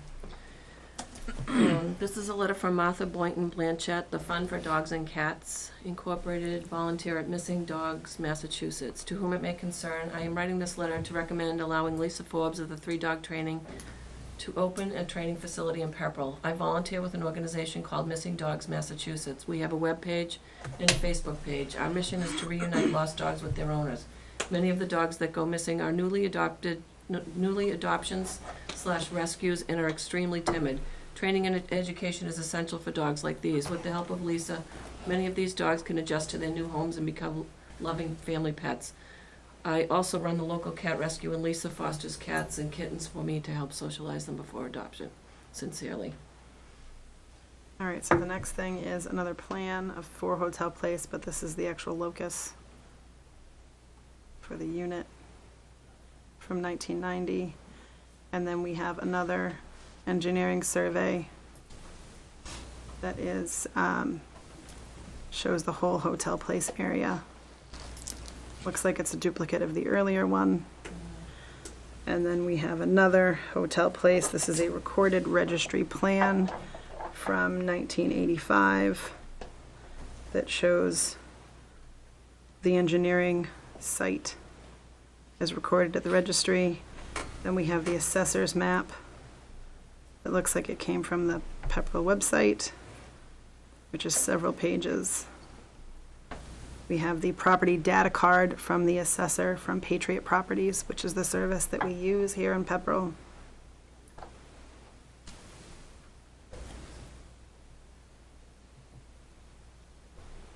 A sideways photo, and it looks like that is the end for the exhibits. Unless I'm missing anything. Yeah, that's part of the data property card. That's the photo that goes along with it. Right. Usually not quite so spread out. All right. So now that we've read all that, do you guys have any other questions or comments up here? I do. I just have one question. What happens if the license is granted? Are they responsible to come back to us once a year, or? Because once it gets up and running, what if somebody finds that they are complaining? What happens in that case? Reviewable. That they're unhappy with what's I there? would presume it's reviewable. Yeah. It's reviewable on an annual basis? It doesn't need to be On a renewed. case-by-case basis, I would say. So if someone made a complaint, in essence, that complaint would have to be reviewed? Yes. Okay. And who does it get reviewed by? The relevant department. If it's a health matter, it would be the Board of Health. Mhm. If it's a planning issue, it's some congestion issue with regards to automobile parking, it would be the town planner and whichever relative department has. Okay. I haven't been in there since the Pepperell Music School left, But if I recall, they had some kind of sound dampening in there. I believe they do. Is that still there? Right Do you now know? it is. Okay. Are you planning to leave that or take it out? We're or? leaving pretty much. The whole left side that's all open is gonna probably stay.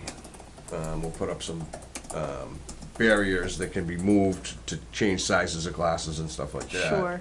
And then where it comes on the other side, where all the little music rooms where we haven't 100% decided how we're gonna set that up as an office. And, That'll be the office registration area. so we might change some walls there and some lighting, but other than that, probably But at not. least in the general sense, at least for the outer wall, Yeah, nothing. sound Oh, no, dampening yeah. is still Yep. there. Yeah. Yep. And the dogs will be coming in one door and exiting another door. So as classes are coming and going, they won't be passing. Okay. And how long are the classes? About an hour. Does anybody else in the audience, after we've gone through the exhibits, have any other questions or comments? Go ahead, Phil. Lisa's question, wouldn't that be handled just like a liquor license? You got a complaint, they'd have to come in and Is the license handle it here? I would assume so, that it Yeah. would be no different than any other kind of license, right? It shouldn't be a gray area when it comes to that kind of stuff. Do we have any other questions or comments? Is there anyone here who is opposed to the license? All right. Well, I'll make a motion that we grant the license. You have to close the hearing. We have to close Close it, the hearing right. So first? Okay. there's nothing, so. You want to make a motion to close the hearing? I'll move we close the hearing. Second. Second, all in favor? Aye. Aye. Any opposed? All right, hearing is closed. Now I can make the other motion. I move we grant the special permit request with the one stipulation that, as they've already stated, that there will not be any boarding of animals on the property at any time. Do I have a second? Second. All in favor? Aye. And is it possible to have the non-boarding stipulation built right into it? Yes. Okay. Of course, that's why I made the motion. Yes. So we'll have the decision prepared for you to sign. It has to go to the town clerk, and there's a 20-day appeal period. All right. Just like a variance. Like a variance, okay. Yep. Right. All right. So then I think you're good. Thank you. You can stay for the next one, but you gotta let them have to see it. All We're 8 right. o'clock, we're 15 minutes behind. That's all right. We were 15 minutes to start with them, so technically we're on time. We're right, there we go.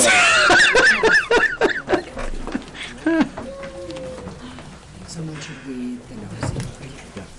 Read the same thing, read the notice. Yeah. I'll put the book and page in there just to make you happy this time. I'm sorry. Sorry, I do it every day, so it's, yeah. I saw your face, I'm like, all right, what did I miss? All right. Yeah. Oh, hi. It's, it should be the very, when you click action, it should be the first one. Really nice to meet you. I was doing the other one, that's why. So now you're Try up. this again. Now you're up. There we go. 7:31 was like. So I will read the notice, then I will have you introduce yourself. There you go. All right. So it's 8:15. Hold that thought.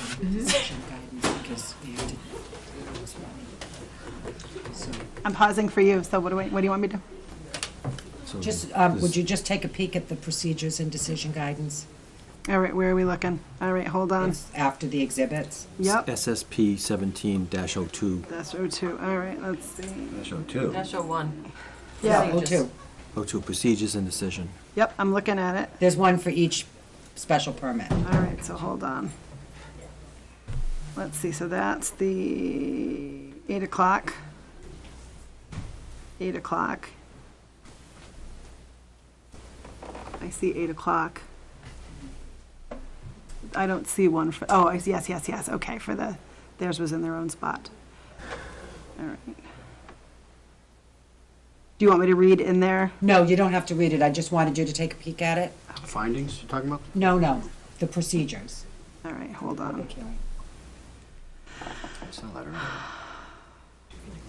Yes, if I could have it open at the same time, that would be perfect, but I can't do that, so it's all good. All right. This one will be open. Thanks. We'll swap off. All right, so I am declaring the meeting open. It is, the hearing open. It's 8:16, and this is hearing relative to Lex Vest Operation Delta Dogs application for a commercial kennel license. So I am going to read the hearing notice. Town of Pepperell Board of Selectmen notice of public hearing, Selectmen Special Permit SSP 17-02. The Pepperell Board of Selectmen hereby gives notice of a public hearing on the application that the Lex Vest Group, on behalf of its tenant Operation Delta Dog, to provide a commercial kennel and training facility in the commercial or industrial district on property owned by Lex Vest Chapel LLC and located at 20 Mill Street, identified in Assessor's Tax Map 23, Parcel 104-0, which includes parcels map 23, 97-0, 98-0, 101-0, 108-0, 109-0, 107-0, and 118-0. You had 109 and 107 backwards. And further described by deed recorded at Middlesex South. Assessors gave it to me. See, we gotta talk to her. Recorded at the Middlesex South District Registry of Deeds in Book 66573. Page 505, the public hearing will be held on Monday, July 17th, 2017, at 8 o'clock in the Pepperell Town Hall. All interested parties are invited to attend the public hearing and provide oral and or written comments to the Board of Selectmen on or before July 10th, 2017. The application may be reviewed at the Selectmen's office Monday through Thursday, 8 a.m. to 4:30 p.m. All right. I'm going to go back to my little thing. All right, so we are taping this hearing, which we said at the very, very beginning, but we are going to say it again, and obviously the hearing before we taped as well, since we started at the very beginning and have not stopped that process, and that this is a 3-member board for special permits, that the appropriate fees have been paid. No, I haven't received the checks for the legal ad. All right, so you need your check then. Okay. All right, so No. Peggy, what is your... What is the amount? I sent you a letter. It's $393.60. $393.60 for the legal notice and $224.66 for the postage. Right. Okay. I haven't received the letter, but. The board can condition Okay. the motion. Yeah, Fair we enough. can condition it on fees. All right. We've read the public notice of hearing, and I am, the purpose, order, and conduct, obviously, everyone's going to be professional. And the purpose of the hearing is to review your application and decide whether or not the special permit is going to be granted. All right, so can you identify yourselves? Yep. So I'm Allison Manugian, and I'm the Tenant Services Director for the LexFest Group. I'm Lauren Burbridge. I'm the Executive Director of Operation Delta Dog. I'm sorry, what was your name again? Lauren Burbridge. So we know LexVest is operating out of Pepperell Place over there. So we know you. Tell me who you are. Tell me about your organization. Tell Sure. us about your organization. Absolutely. So Operation Delta Dog is a 501c3 organization based in Massachusetts with a mission to rescue homeless dogs from shelters and train them to become service dogs for veterans that are suffering with post-traumatic stress disorder and traumatic brain injury. So we take sort of the we work with different rescues around the area to identify suitable dog candidates, and we work with our caseworker and Veterans Association caseworkers around the state to identify appropriate veteran candidates for our program. And then we match the two together. We start with a foundation training program with our existing trainers who do a 8 to 12 week foundation training program with the dogs, so they learn basic manners, basic socialization, learn to wear their vest so they know that they're on duty. So we work with that, and then once they're matched with their veteran, they begin attending classes together. Then they will attend classes together, and the dog will go to live with the veteran for the remainder of their training period. So it's a very hands-on sort of training rather than us just training a dog and handing it over.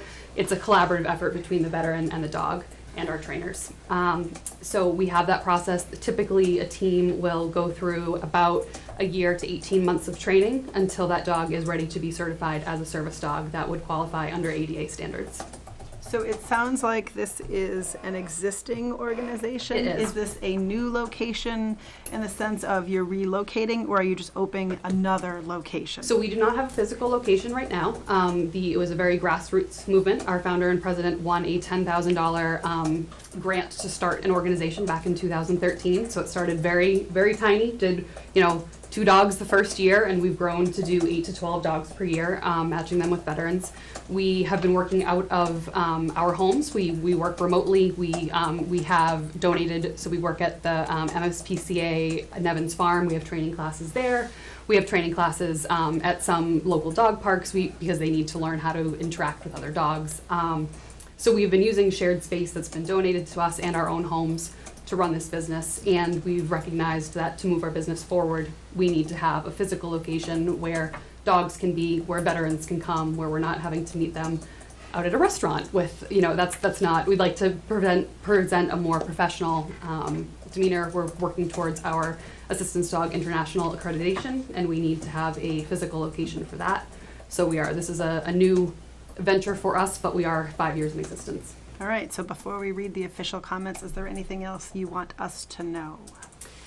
Just that I think that when I did extensive research about the different locations that we could have. I mapped our current veterans. I mapped where we're seeing the most interest from veteran caseworkers for getting veterans with PTSD and TBI service animals. And Pepperell seems, I live right up the street in Brookline, New Hampshire, but Pepperell is just, it seems like a fantastic community. It seems like our veteran community that is requiring services is really within a 25-mile radius of here, and that's perfect for the way that we know that people within a 25-mile radius could get to classes, to come to classes. We could go see them. And it seems like a community that is invested in one another and in serving one another, and so we'd really like to make a home here in Pepperell. Okay. All right, Roland, can you read the initial letter from LexFest just before the application, just after the notice? Just after the notice back here on that page. Sorry, action item number 2, it should be the second page in theory. Yeah, where it says, to the Board of Selectmen from Marcia Schofield? Yeah, no. No. That one. Other way. Start at the top, it should be the second page. I think you're too far down. Oh, we just passed it. Does it say LexFest? Yep. That one. Yeah. So a letter dated May 5th, 2017 to the Town of Pepperell Board of Selectmen. Dear members of the Board of Selectmen, I am writing with regard to our property at 20 Mill Street, Pepperell Place. We are committed to providing tenants and their employees with an efficient, dependable, and well-designed business environment and a commitment to helping them grow their business. At Pepperell Place, we also offer numerous common areas amenities at the property, including a fitness room, conference room, and break room. We have signed a lease with a new tenant business, Operation Delta Dog. Our contact is their executive director, Lauren Burbridge. Okay.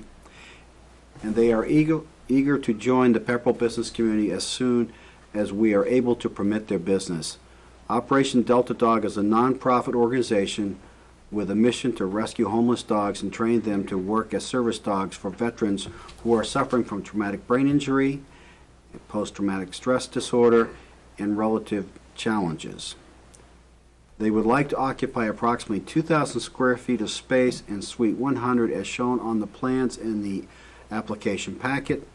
The executed lease requires that they contain all noise and impacts within their space and stipulates that there will not be more than 3 dogs boarding at any one time.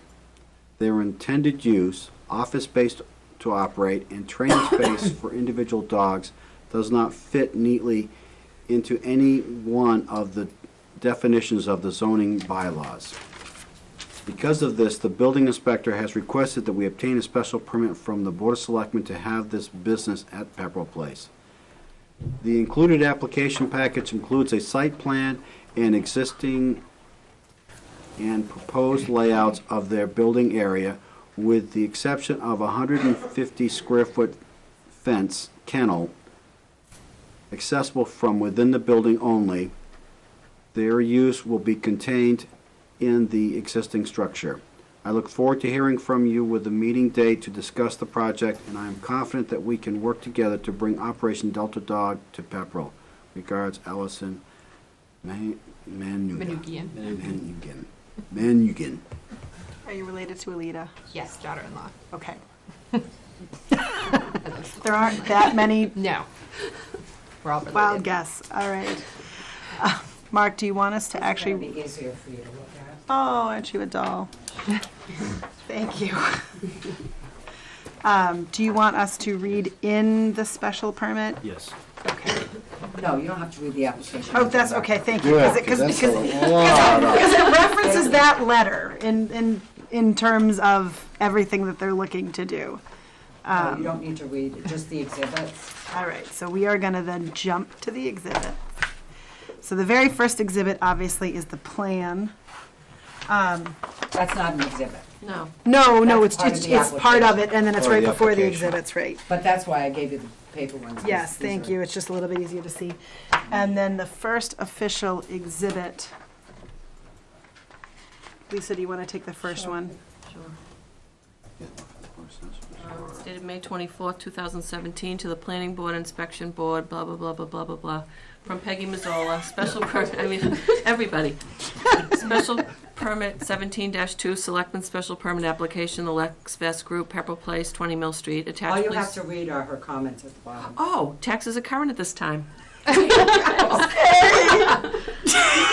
Much better. Although I like the blah, blah, blah, blah, blah, Blah, blah, blah, blah. That was quite excellent, I have to say. All right, so the Neshoba Board of Health, they submitted a report from, again, Kayleen Gendron, June 5th, 2017, relative to special permit 17-02, 20 Mill Street. The Pepperell Board of Health is in receipt of a special permit for the above property location to allow for an office space to operate in training space for individual dogs, and would like to offer the following comments. 1, property is served by town water and sewer. 2, a brief narrative could provide better insight to the Board of Health regarding the use of the space and sanitary methods to maintain the operation of the business. 3, how will pet waste be contained on a daily basis so as not to constitute a nuisance? 4, how will the status of the rabies certifications of all dogs be able to be maintained properly? The Pepperell Board of Health appreciates this opportunity to comment, and we look forward to working with you on this matter. If you have any questions, contact us directly at 978-433-0328 or health@town.pepperell.ma.us. Roland, you want to take the next one? Well, of course I'd like to take the next one. Is The long attorney. one? Yeah. Because attorneys are very short with their responses. We are not. so succinct. Okay. So this is a letter dated June 13, 2017 to Mark Andrews, Town Administrator, regarding 20 Mill Street, Pepperell Place, Selectman Special Permit, SSP 117-02. Dear Mr. Andrews, I would love to say blah, blah, blah, blah, blah, because that's what most of this sounds like, but I'll read it. I have reviewed the filings in the above reference case in which the applicant seeks approval for a nonprofit organization to board and train service dogs in a space of approximately 2,000 square feet located in the northeast corner of the building. Breathe. Existing building on 20 Mill Street, all of which is located in the industrial district. That's one sentence. Okay. The Board of Selectmen are the permit granting authority for commercial kennels as shown in the Appendix A, table of principal use contained in the zoning bylaws. The term kennel is defined in Chapter 140 as follows. Got to take a big Blah, deep blah, breath blah, beforehand. blah, blah, blah, blah. Kennel, a pack or collection of dogs on a single premise, including a commercial building or training kennel, commercial breeder kennel, domestic charitable corporation kennel, personal kennel, or veterinarian kennel. There are no specific special permit findings required for a commercial kennel use, and a general criteria in Section 9320 would apply as follows. Section 9320 criteria: special permit shall be granted by the special permitting granting authority unless otherwise specified herein, only upon its written document or determination that the proposed use or structure will not cause substantial deterrent detriment, thank you, to the town or the neighborhood, in view of the particular characteristics of the site and its surroundings, in addition to any specific factors that may be set forth in this bylaw, the determination shall include consideration for each of the following. 9321, social, economic, or community needs which are served by the proposal. 9322, traffic flow and safety, including parking and loading. 9323, adequacy of utilities and other public services.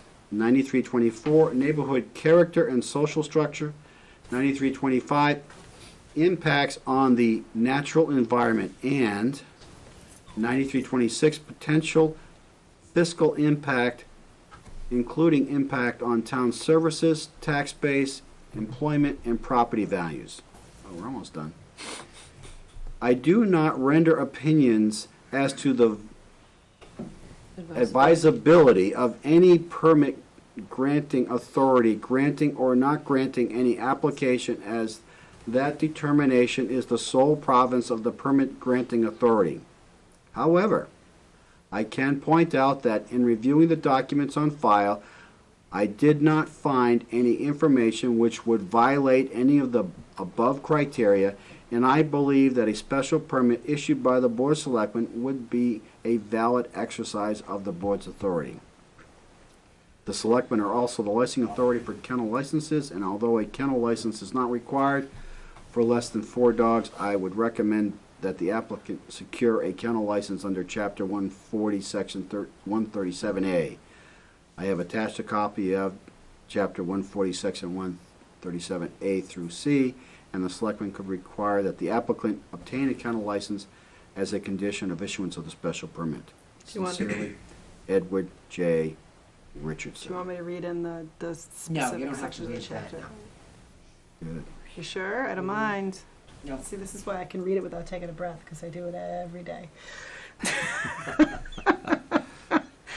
Board of Selectmen, letter to the Board of Selectmen from Stephen Parker dated June 12, 2017 regarding SSP 17-02, Selectmen Special Permit Application, the Lex Fest Group, Pepperell Place, 20 Mill Street.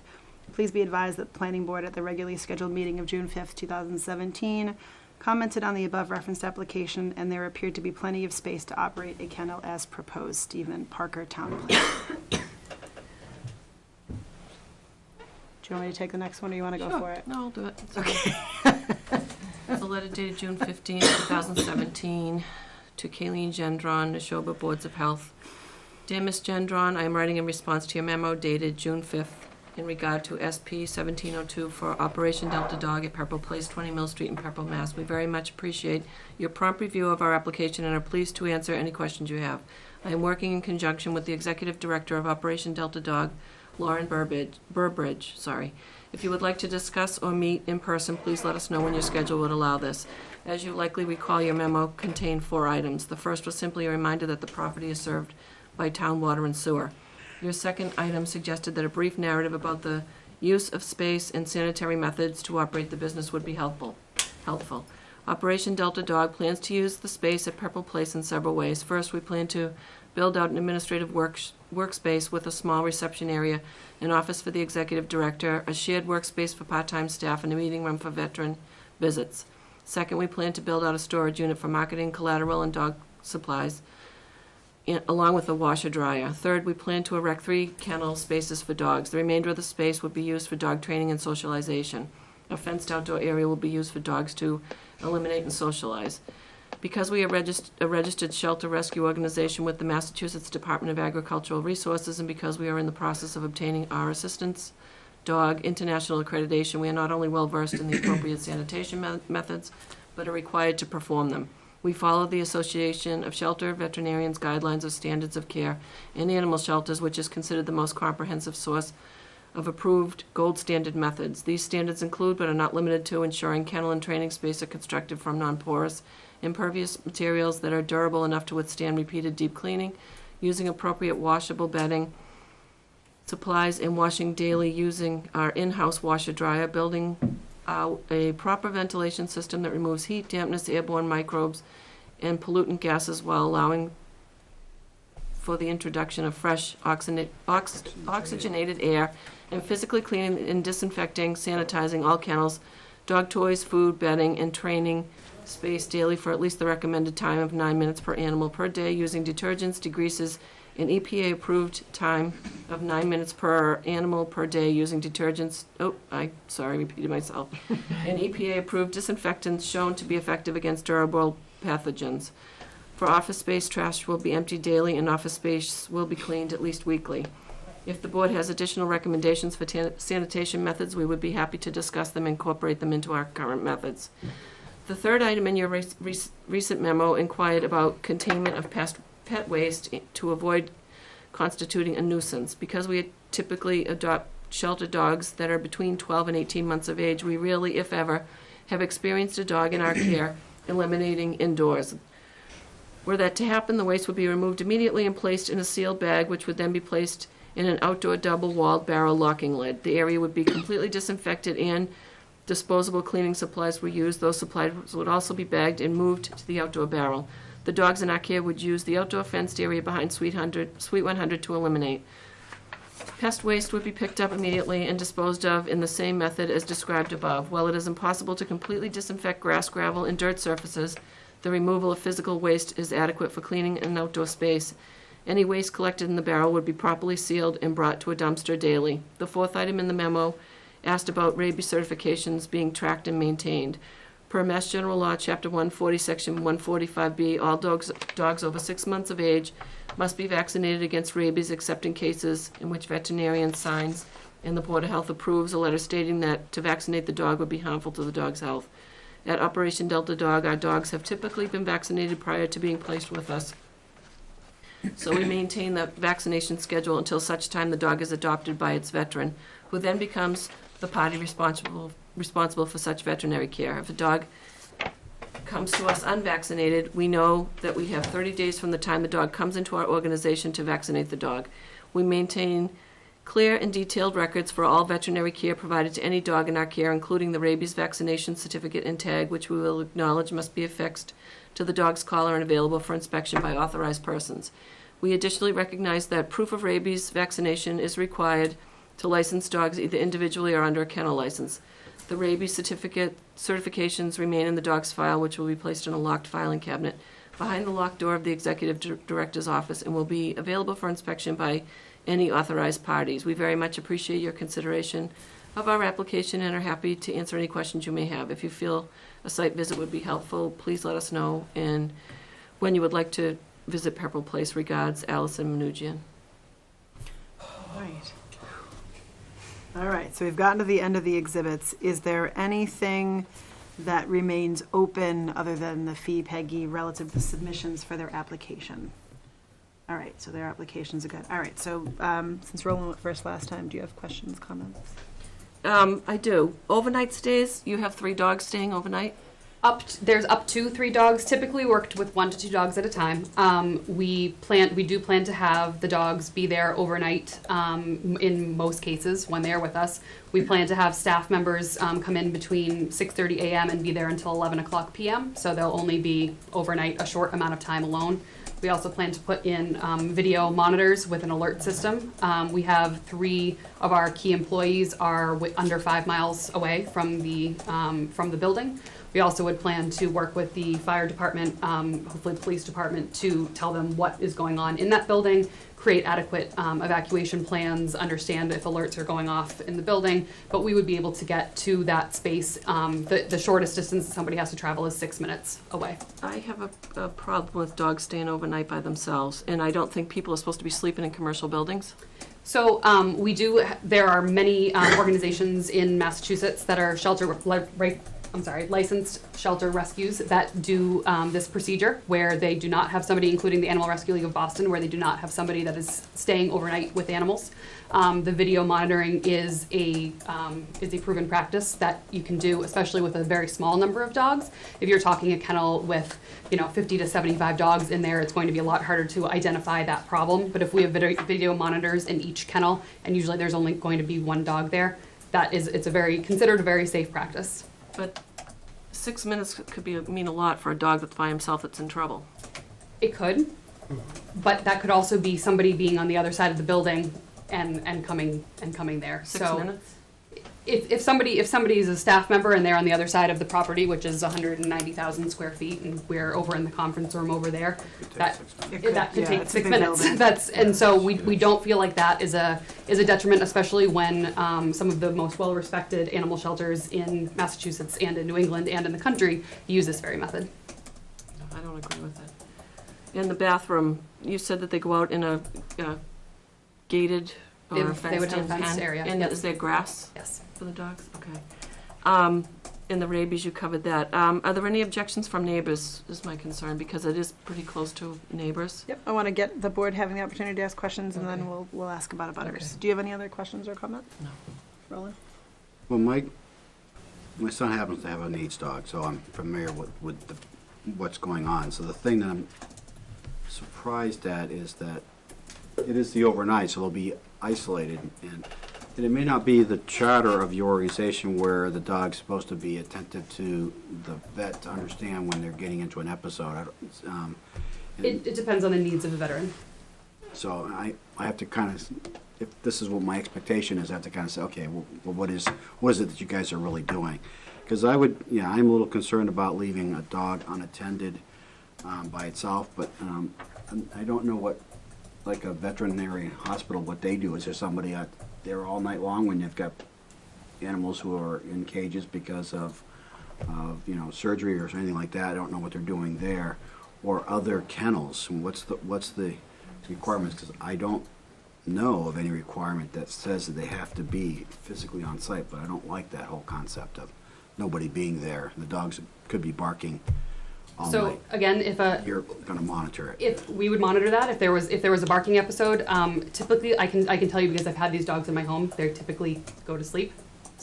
There's no issues. And I understand that it could be it could be a different scenario, but veterinary hospitals, shelters use this method of video monitoring successfully. So it's a standard through the industry. It's a standard in the industry, and also to your point of monitoring a veteran, in their sleep cycle, we do have dogs that are trained to wake veterans up from night terrors. We have them that are medic alert trained.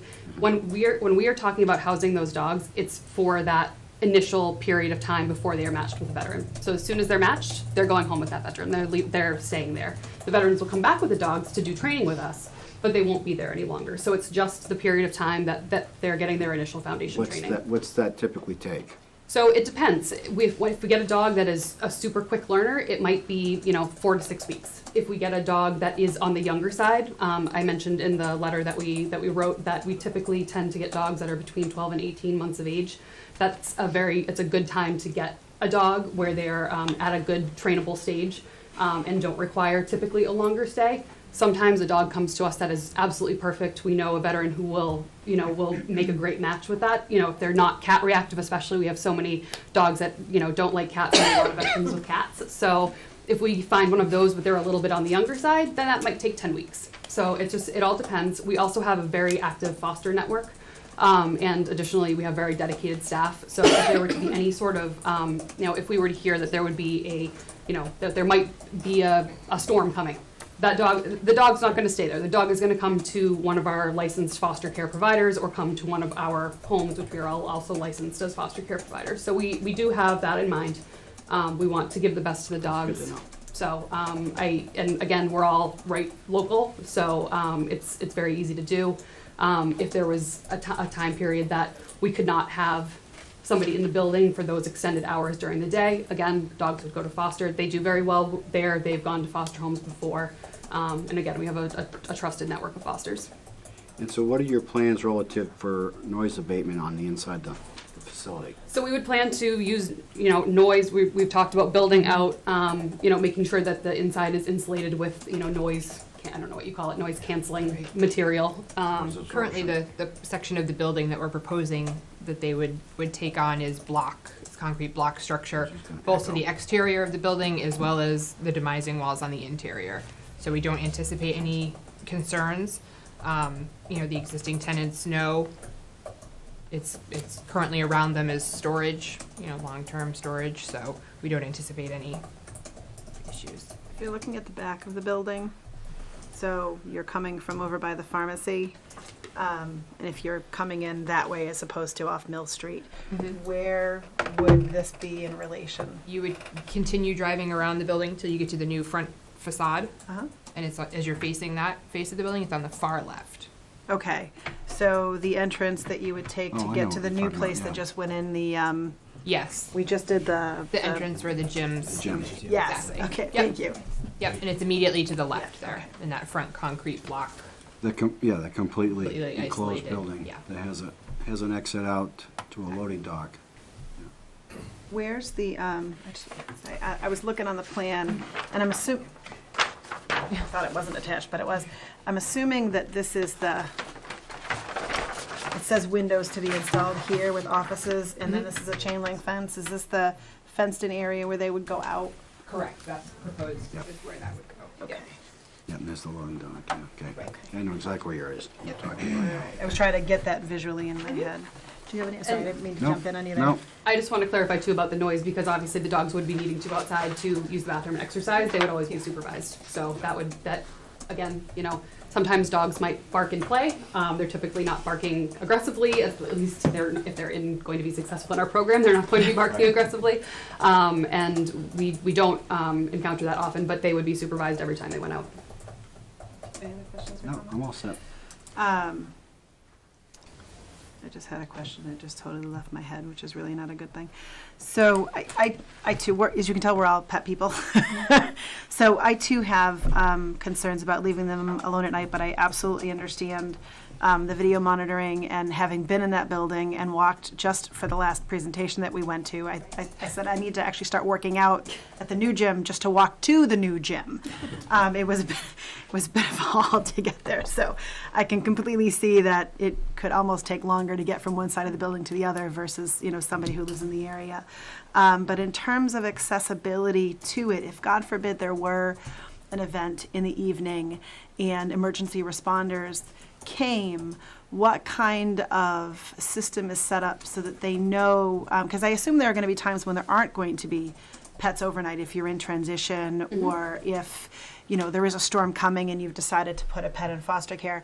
What kind of system do you have in place so that first responders, either one, don't go there when they don't need to and put themselves at risk, but two, to make sure they do go there when you need them to, if God forbid there is a dog in there, especially if you've got really good sound dampening, they may not hear them. Well, we would absolutely want to build that out with the fire department and the. But we thought that was a bit premature since we did not have we did not have a permit. So instead of getting everybody, you know, together to do that, I didn't want to waste anybody's time before doing that. But I'd be in contact with you guys right away if we are able to get this permit, so we would make sure that any dog that was there would be safe.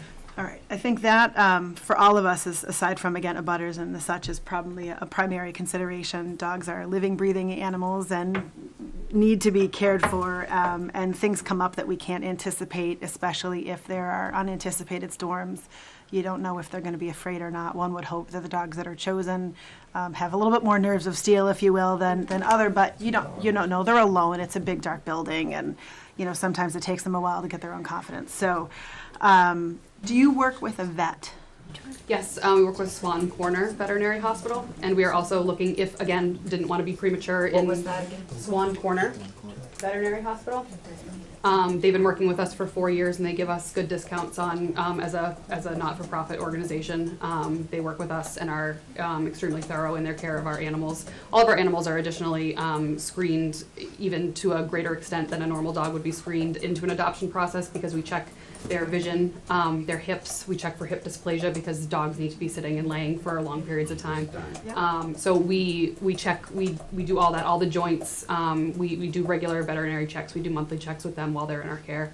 So we are working with them. We are hoping, we know that there are, I think, about 4 veterinary hospitals within a maybe 1.5 mile radius from here. So again, if granted this permit and we are able to move to Pepperell, we'd love to work with those organizations as well, to make sure that we had very quick, easy access to emergency care if it was needed.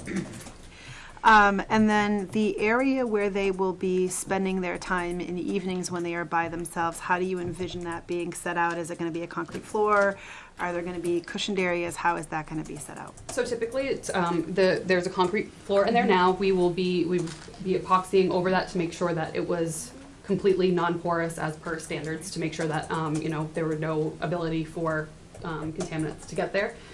In terms of the kenneling space, they would be much larger than even a typical shelter. Kennel, when we are in the office, they will be allowed to be out. They'll either be doing trainings with our trainers, doing other things. But when they're in that space, we do crate train all of our dogs, and that's typically an overnight crate train. Most of our veterans, we do have some that do require sleep help, but most of them choose to crate their dogs at night as a precaution to make sure that they're not getting into other things. So we would either we're hoping to, at night, crate them within their own very much larger individual space. They will have bedding, they will have access to water, they would be fed before, they'd have access to all of that, the same as if they were in one of our homes. And if you had, say, 3 dogs at a time, would they all be in one same space but separate crates, or separate space and then separate crates within separate space? Yes. So we find that, if it's the same as with any sheltering organization, you need to have that barrier between the dogs. Even if our dogs aren't reactive, they need to have their own space. They'd be looking out on an area where they feel safe. They'd have things in their immediate area that would be their own, where they would feel safe for that as well. So they have all of that. The reason that in that storage unit we built out, we wanted to build out the washer dryer so that we have our own in-house washer dryer. So every day that bedding gets, bedding gets washed. We make sure everything is completely free of contaminants. And then relative to the number of dogs, about how many dogs do you do per year roughly? Or are you envisioning? Probably up to 12, so 1 per month. Okay. And I know you said that it can take about 4 to 6 weeks to find a partner, if you will. But about how long is the training itself? In terms of, the foundation training or training with when they're with the veteran? The pre-going with their partner. So that's what we. So that would be either that 4 to 6 weeks. So it's typically how it typically works. We've stopped applications for the moment because we do have a wait list that is that is fairly extensive. When our wait list is open and when we're accepting dogs, we'll have a list of dogs that are ready. Some might be in foster, some might be with us doing that foundation training. And we have a list of veterans, and it's not just the top of the dog on the list and top of the veteran get matched, as a lot of programs do, which doesn't really meet the needs of the dog or the veteran. We match them individually in terms of veteran preference and whatnot. So typically, we already have veterans waiting. It's that we're making sure that those dogs have basic manners, basic ability to do commands so that the veteran's not going to get frustrated that they can't do a assistance dog command when they can't even sit. So we need to make sure that they can do those things first, make sure that they're eliminating properly, make sure that they're able to have a good recall, that they can come when called. That's very important, and that they're able to walk on leash. Those very basic things. Some dogs pick it up like that. Some dogs need a bit more time. If we have a dog that is, we've had dogs come in, we do 2 weeks of training. It was clear that they had come from a place that had done training with them. They're ready to go. We have a veteran, we match them, and it's done. And then, do we have any abutters who are here tonight? Okay. I want to start with the abutters versus general public commentary, if we could. Do any of the abutters have any comments one way or the other? And if you could just identify yourselves if you want to speak. Gentleman in the, he beat you to it, but you can go next. And you both have a beard, so I can't say the gentleman with the beard. And glasses. And glasses. Bruce Roberts, 6 Parkville Way. Bruce Roberts, 6 Parkville Way. Dog exercise, you have a little place for them to exercise. How big an area is that? So right now it's 140 square feet. We also would plan to bring them out on leash and bring them to public areas. They need to learn how to interact appropriately in public areas. So they will have that exercise space there. But honestly, our dogs don't spend a ton of time in the building, or right now they're in homes. They're out learning how to be a service dog. So they're getting a lot of exercise during the day doing their duties. Okay, great. Thank you. Go ahead.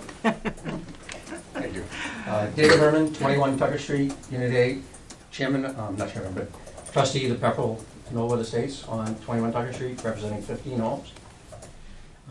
First, thank you. You do a great job of what you do, I'm sure. But I have severe concerns. We have at least 4 homes that directly abut the property and face that building. And currently, there is a lot of noise problems with that building. Winter, whether it's snow plowing, you hear everything. It's just like a big amplifier, and it's directed right at our houses. When they're plowing or when trucks are driving through there, they're in my bedroom. So for me, as a trustee, my job is to protect the interests of the neighborhood. and the values of those homes. And unfortunately, I don't think this is best suited for that practice. I think it would be detrimental to our values and impact our quality of life. I think Lomar Park would probably be a better suited environment for what you're trying to do. I have seen the space. I was there probably 2 days ago, 3 days ago, and where the kennel is going to be going is a common entrance where the two gyms are. So you're going to have people going back and forth all the time. And when you're dealing with dogs that are 12 months old, they're a puppy. They react to everything. And that includes the wildlife that's in the area. Foxes, deer, skunks, possums, squirrels, you name it. There's all kinds of wildlife. In my neighborhood, we currently have 3 dogs, and the adjoining neighborhoods have several dogs. And occasionally they all interact. They here's one dog bark as a pack, they all go off. It's tough enough as it is, without the added burden of having more animals that are in unfamiliar territory, that are in an outside small area kennel.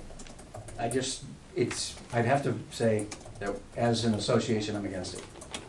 Could I respond to that? Is that appropriate?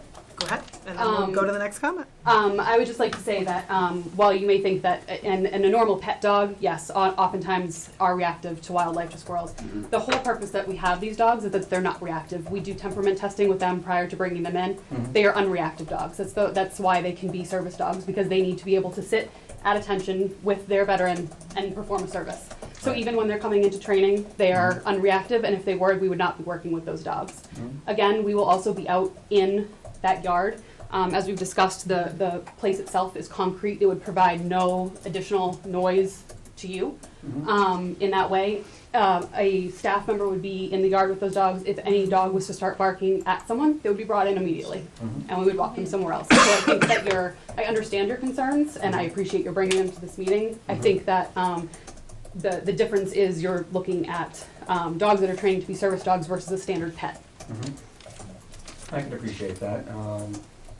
Still, it doesn't alleviate the evening hours that you all board members have voiced concern about. No one's there, starts a barking episode, now we have 14 dogs barking. I think that your dogs won't hear our dogs, though. Trust me.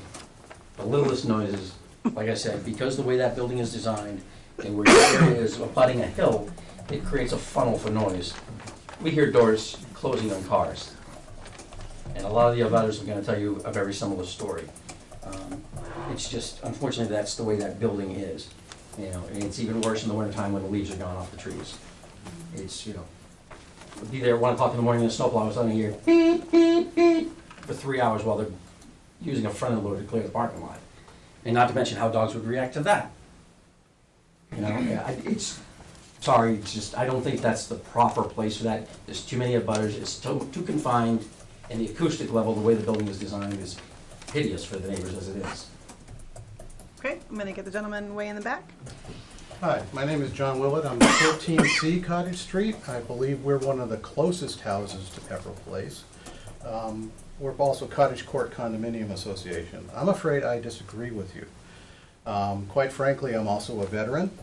I think the mission of Delta Dog and the way the Delta Dog is going to operate is exactly what we need. I have toured the building and the facility as well.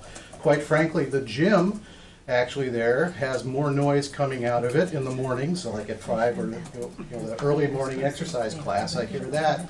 I don't hear the dog. I don't think we will hear the dogs. Quite frankly, I do agree with you about the boys with toys with the plow that goes back and forth up and down the alleyway all night long. Excuse me.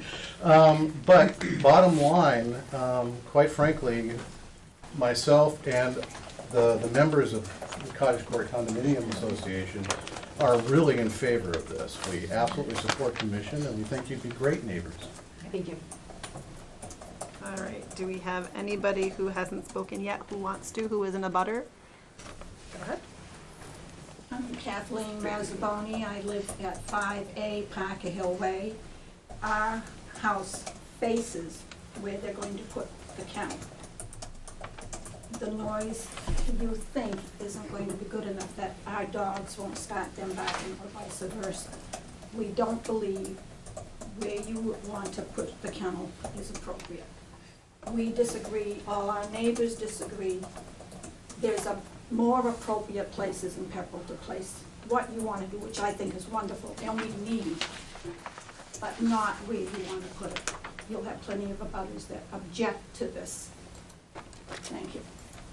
Any other abutters who want to speak one way or the other?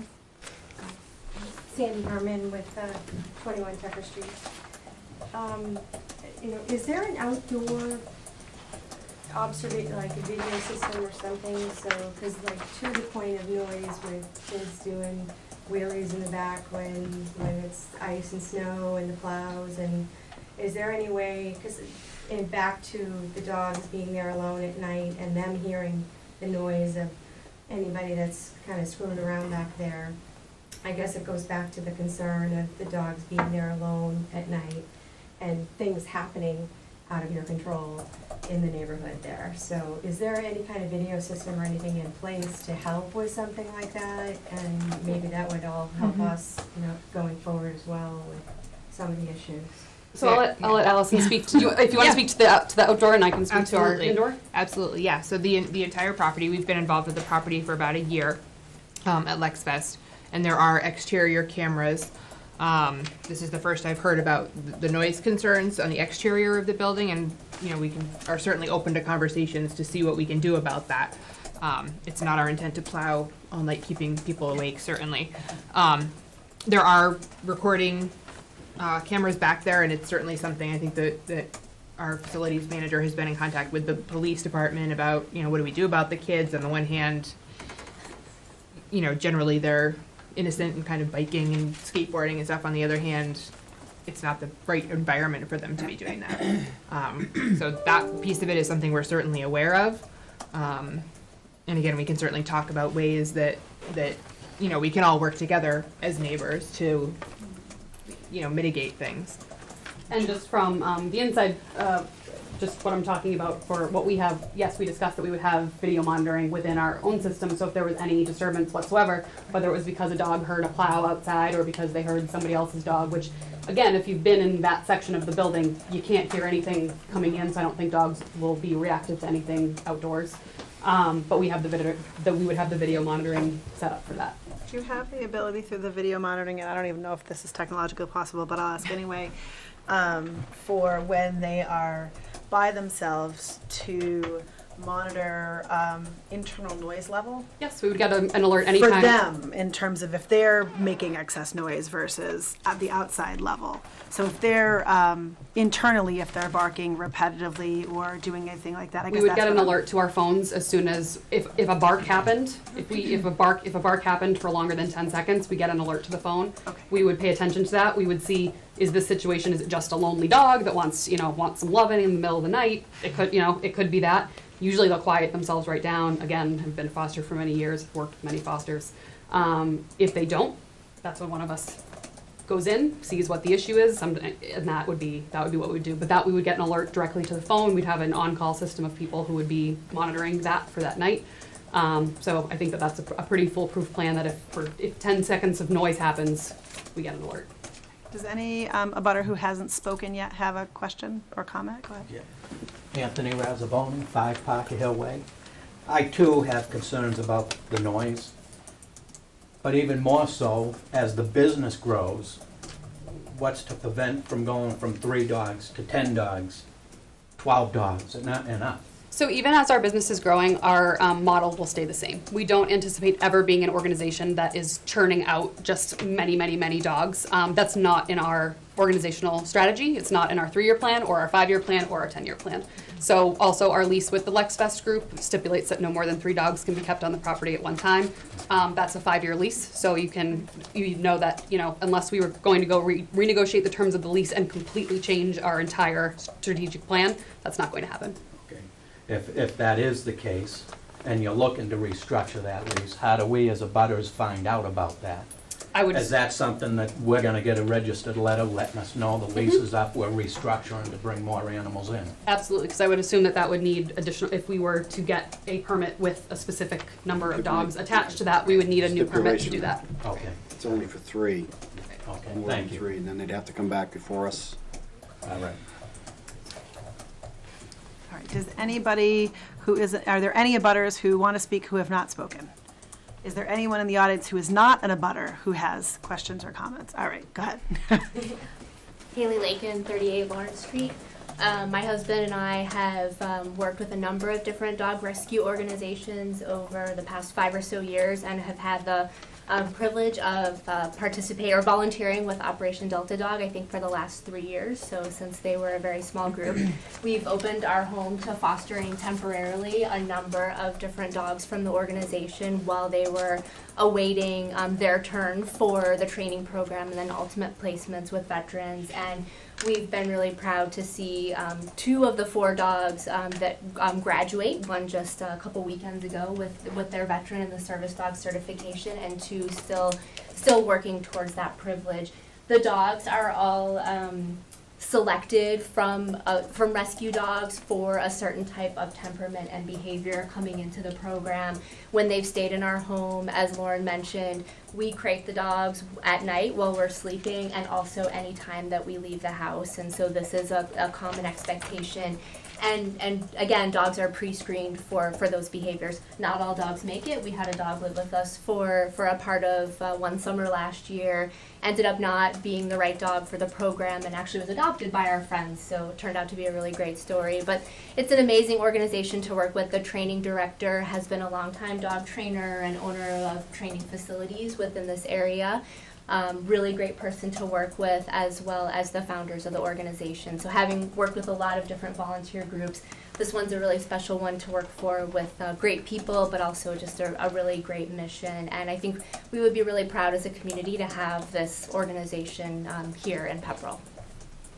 Is there anyone who is not an abutter, who has not spoken yet, who wants to speak? I know you spoke. I just want to try to make sure that I cover everybody. Go ahead. Hi, But I will come back Lundstrom to on it. 46 Lowell Road. I'm just curious if you guys take volunteers, like kids in the community or adults want to volunteer. We do. Oh, okay. Anyone who has not yet spoken who wants to? All right, go ahead. I have one comment. Having the dog in your home. I'm sorry, could you say your name again? Kathleen Mazzaboni. Thank you. Having your dog in your home and taking care of it is quite different than having the dog alone in a block building. There'll be noise. There'll be nobody there. And like I said, we need this organization. We need more than just your small organization to do what you want to do. But it's not appropriate where it's going to be. There's plenty of other areas in Pepperell where you could put this business. You'd get nobody to complain. We've lived in our home looking at Bemis Bay since 1968. And we've seen a lot. We've had a home torn down in our neighborhood, and the builder came in and put up 3 new homes in its place, and he was going to do this and going to do that and going to do that. You're promised everything, but once the building is done, once the business is opened, who's to say we're going to get what we're promised? Again, we need you. And I would stand by my word, and I would hope that you would come to me directly if we were there, if you had any concerns. I'm sure you mean what you're saying. But this is our home. We've lived there since '68, and we don't want to see something move into the neighborhood that's going to cause a problem with noise or whatever. Because it's a great neighborhood, everybody gets along. I'd hate to see something like this spoil the atmosphere of our neighborhood after being there since 1968. I'm sorry. I think it's worth pointing out, and I know everyone's aware of this at some level, that the 10-acre parcel that Pepperell Place is on is zoned industrial commercial. So some of this is a conflict or a struggle over that zoning border. And I don't have any insight onto how to resolve that. Right. We see you, John. Go ahead. So I think they've mentioned that they're going to soundproof. The dogs are going to be in a soundproof area.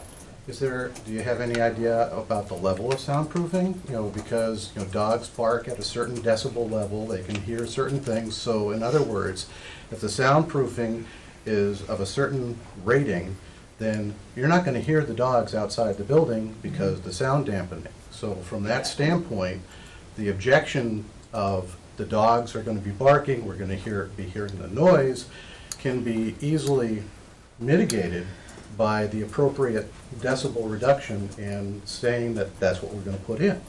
And actually, the concrete blocks that it is are one of the gold standards for sound reduction of dog-specific noises. So that is something that most shelters will actually use without even additional soundproofing, and we're saying that we will put in additional soundproofing on top of that. Phil, go ahead. The building's been there since I was a little boy, and before that. Building's not gonna go anywhere. Someone could come in and put a small machine shop in there. And then you've got these little small machines running 24 hours a day. Talk about noise. So, I mean, you know, you're gonna have to put up with that building no matter who moves in. They are gonna fill that building with people or whatever. And you may have noise. I mean, you're gonna have noise. There's nothing you're gonna do about that. Whether it's you or somebody with a small machine shop. They're gonna fill that building with something. The idea is to fill that whole building up with people, businesses. We need businesses in town. The people will tell you, you're tired of paying your taxes, ain't you? Well, let's put businesses in town so we don't have to pay so many taxes. Thank you very much. Is there anyone else who wants to speak? Just again, just to make sure I haven't gotten anybody who hasn't talked yet. Nope, hang on, I just want, is there anyone new who has not spoken yet? All right, go ahead. Bemis bag was there for years and years, and it was noisy. But a barking dog is aggravating. You have to admit. You have to admit. And if he's outside, I know what you say, and I know you guarantee. But when this is all done and we're all gone home, you can't guarantee what a dog's gonna do. And there's dogs in all around us. And if one gets going, they all get going. Well, that also sounds maybe potentially like a neighborhood problem that you'd want to work on together. If dogs I'm are... sorry, no, this is not a neighborhood. No, I'm talking about... We're all conscious. But we're all conscious of our dogs. But we would be your neighbor. Everybody takes care of the dogs, and they're there to stop the dog. You're a business. These are homes. We care about this. I care about this as much as my home or my family. This is my home and my family. And I would. Forgive me. Put it in your backyard. I would, if I could. If there was a place for me to do that. Point of order. We got an argument going back and forth, and we're supposed to be talking to you. Yes. So everyone's everything to back yes. here. Sorry, this is my first selectman meeting. That's okay. Go ahead. Am I correct in my assumption that if this permit were granted, if there were some sort of concern or complaint down the road, that complaint or concern would come to this board again for reconsideration, discussion, correct. solution? There's a whole process. So that would be, if there were some concern, that would be the process, And any correct? special permit that we grant can be conditioned on a number of things, including soundproofing, video monitoring, making sure that there's adequate response times for the dogs if they're left alone. Probably a better way to say that, but yes, we can put those things into, we can condition it on 3 dogs. There are things that can go into the permit that can, in essence, say these are requirements of the permit in order for it to be granted to alleviate some of those concerns. Being a dog owner and knowing that in our neighborhood, when one goes, they all go, that happens. In a commercial environment, having had experience with dogs who have been trained as service dogs in a multitude of scenarios, they are actually less likely to engage in the kind of behavior that your normal home pet will engage in because of the level of training and the temperaments that are sought out relative to the training, because they have to be able to handle noise, loud environments. If you have dogs, if you've got a veteran who's blind and they need to have a service dog, that dog cannot react to cars, to loud noises, all that kind of stuff. So I do understand that component of it. But I also recognize and understand the people in the area also want assurances that they won't be woken up in the middle of the night. I think there's a balance in here. We just have to find it and figure out a way to make everybody as happy as we possibly can. Is there anyone who has not spoken yet who wants to speak? I want to try to move us forward a little bit. If there's nothing new to be offered, I want to ask the chiefs if there's anything if there are dogs that are in there overnight, if there's anything that you'd like to see or something that we haven't talked about as being in their plan or on their radar that you might like to see in terms of for yourselves from an emergency response situation or anything like that. Just an evacuation plan of how they would be getting out, or where to put them once they are out. And I do have a proposed plan, but again, would want to come speak to you about that. How we can get them out. Right. Yeah. Right. I'm actually less concerned on how you get them out. I'm more concerned if they get there in 4 minutes and your person's still 2 minutes away, and it's how do they get them out? But obviously you can work together. And there are also practices with animals. As I'm speaking more to the room, not to you guys, since I'm sure you know the practices, but especially under Assistance Dog International, under the Massachusetts, the State Department of Agriculture, there are components to an evacuation plan with animals that need to be followed. So we're aware of all of those and would want to work to make sure that those were all complied with. Is there anything that the two of you have, questions, comments, concerns, anything that you'd like to see that we haven't seen yet? No, I just want to make a statement. I mean, to your point about the noise, and I understand that completely, but as I'm listening to, if they're going to soundproof the inside the building, you're going to have less problems with outside noises causing those particular dogs to go off because the sound's not going to get through. Having personally experienced a service dog, I wish my dog would behave like a service dog. Most of us do. My dog's pretty good. It's my son's dogs, my other son's dogs that are the instigators in our household. But my veteran son who has a service dog, his dog is named Sammy, and the other dogs will bark and he'll just lay there. They'll get excited and he'll just lay there. And he's only attentive to Gabriel, my son. He looks at him, and when he sees a situation where he needs to do his job, he gets up and does his job. But outside of that, he's just a bump in the rug. That's how it should be. Excuse me, if I may, one more point, Dave Herman, trustee, Norwood Estates. In addition to the points that were made, and again, no one's against you, your business and everything else. But in addition to the tenants that are currently there, there's a Biomed that does shipping and receiving that's there. Walmart has a facility in the back of the building where they do shipping and receiving. And at night, there are teenagers that drive their cars in there and spin the tires in the back parking lot. There's a lot of variables that go into that space that create distractions, especially when you're talking about a young dog untrained. And with the kennel, the physical kennel being outside, as I understand it, they're being housed outside. No, the physical kennel's inside. That's just for them to go outside during the day while they're there, yes. Okay, so It's thank you for the inside. clarification. Yep. And the second point, in reference to the association as a whole, I'm worried about property value. Most people just hear, oh, it's near a kennel, there goes my property value down the toilet. While we have to get this special approval to be, and we actually, if you listen to the letter, we actually wouldn't even be considered a kennel because we have fewer than 4. I'm just telling you. And I'm just going to have you direct to us. I'm sorry. Yeah.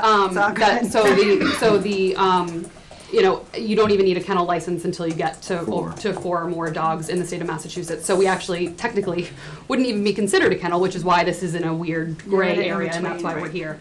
But I don't think that anybody who would move into the area, and I certainly would hope not, that if they heard that that there's a program at Pepperell Place that trains service dogs for veterans, I really sincerely hope that they would not view that as a negative in their community.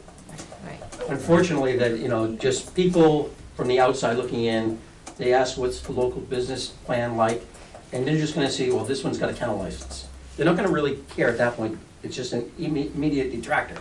They see, oh, well, there's a licensed kennel here. But it's not a licensed kennel. It's not a Yeah. licensed Yeah. Right, but they're applying So- for a so- kennel so- license. So I'm gonna direct you, What's a well, because that, special they're permit? applying, because that's the only thing that we have that fits what they need, but But you understand my point? I do. If this were a kennel that was for the purpose of boarding dogs, but for people who go away, all that kind of stuff, I would completely agree with you. But because of the limited nature of it, But as an outside looking in, they just see that title, And- right? And we're short one dog a kennel. It has to be 4 dogs to be classified as a kennel. 4 or more. And there's gonna be 3 on And the business side. expands. You understand what we say. I do. Again, I think there's a way to make everybody And happy. it's true, if somebody knows that there's a kennel, and that's what it's classified as, and somebody wants to buy a piece of property near there, they're gonna think twice. And after being where we are since 1968, we're getting close to the point where we'll sell our home. And we can visually see what's going to happen down there from the back door. No, and I understand that. I would imagine, though, I'm not trying to create problems for you guys, that the trucks going in there are probably noisier than this will be relative to the delivery trucks, especially if they come really early in the morning and late at night, which delivery trucks tend to do that. I think that you have enough things over there right now that have noise potential, and it is an industrial building. That's the challenge of having an industrial building near residential. You always have that potential challenge, but we have to weigh all of it in the general sense. We just don't need to expand it and make it worse. No, but they could also put somebody else in there who has a non-animal based business who's noisier, like the machine shop or something else that would be noisier all 24/7 running things as opposed to, so I think But that we there's have the same always that opportunity? potential. No. No, you don't. You would have no The opportunity. only reason they're here is because they fall in a gray area relative to what we happen to have in town for licensing options. If they didn't, they wouldn't even have to come before us. But something like that was more traditional commercial or industrial would not have to come here. And then you'd have it right there and there wouldn't be anything that you could do about it. Go ahead. I just want to Then you point out ask your that, question.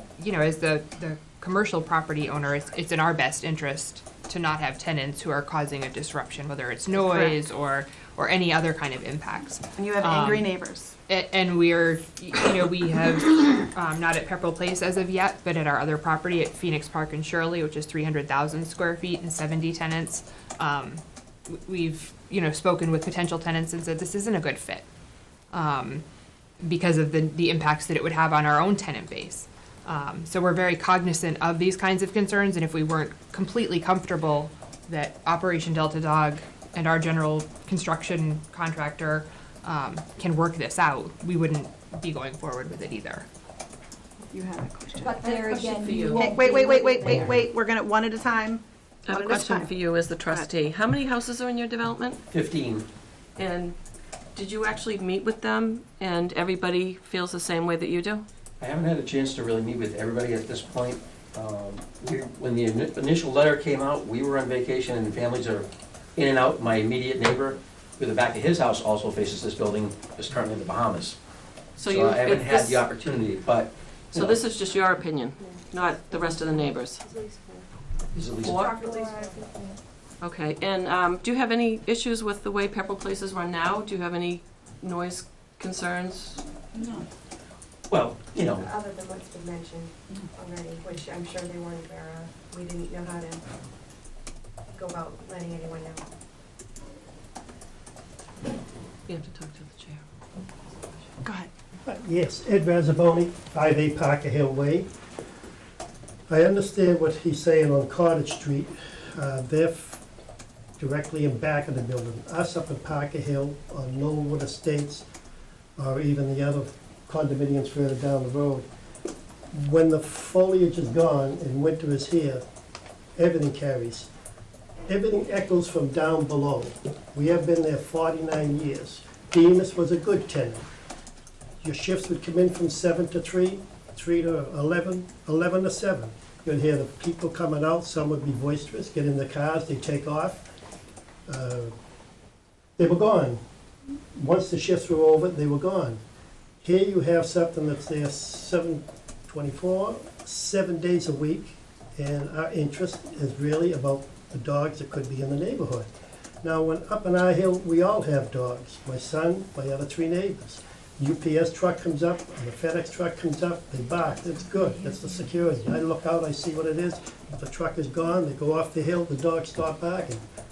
Our concern is being unattended, animals being unattended down there. At nighttime, yes, they're gonna have a monitoring system. But who is gonna be there in time to stop these dogs from barking? One starts, they all start. That's what happens to us up in Parker Hill. As far as the noise factor, the dogs, it's just, they continue. One follows the other. Having 2 myself and a street where I'm pretty sure on my side of the street every house has a large dog, and they do that exactly. One sets them off, they all go off. But being in a neighborhood with dogs, or being a dog owner or moving into a neighborhood that has them, there's not a whole lot that you can do to avoid it.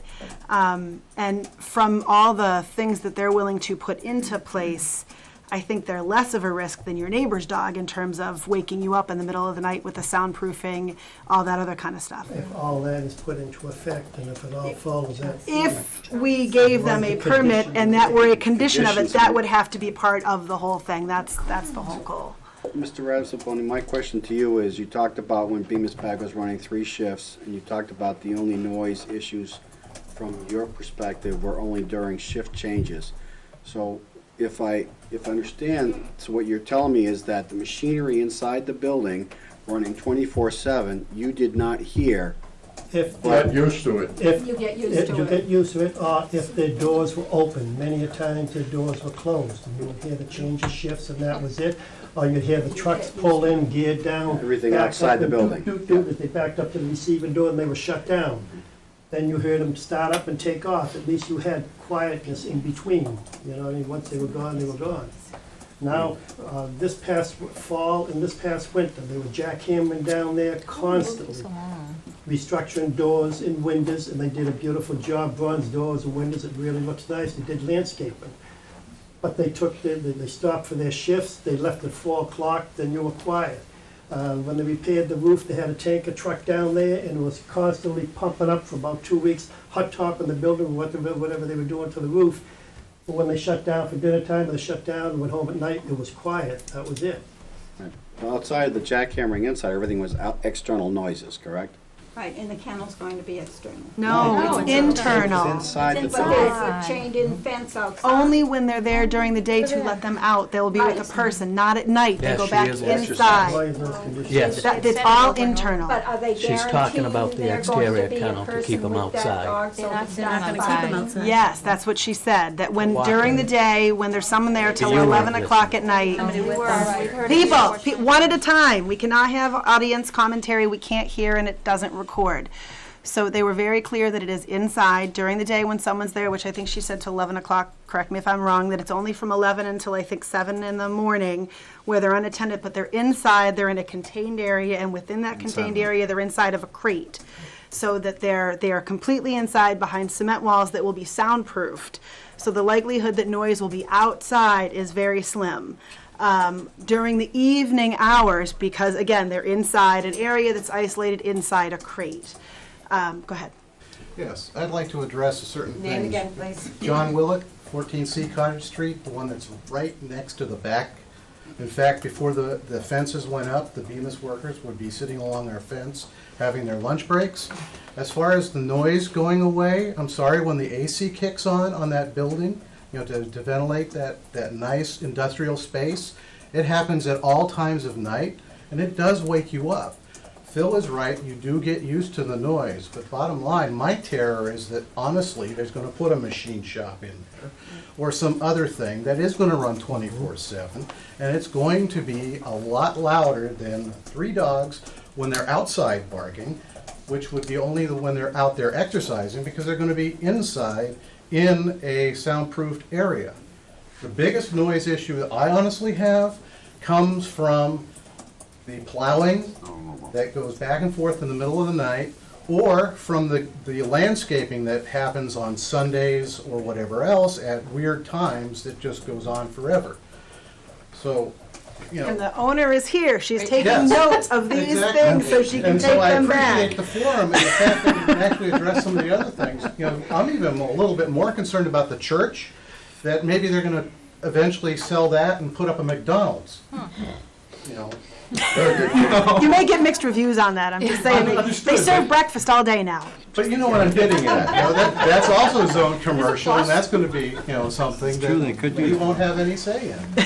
Go ahead, I'm gonna have one more comment from Lex Vest, and then I'm gonna move us a little along. Go ahead. I just want to point out to everyone, whether it's for now or down the road, all of the main entranceways have our phone number and our company name there, so you can always call.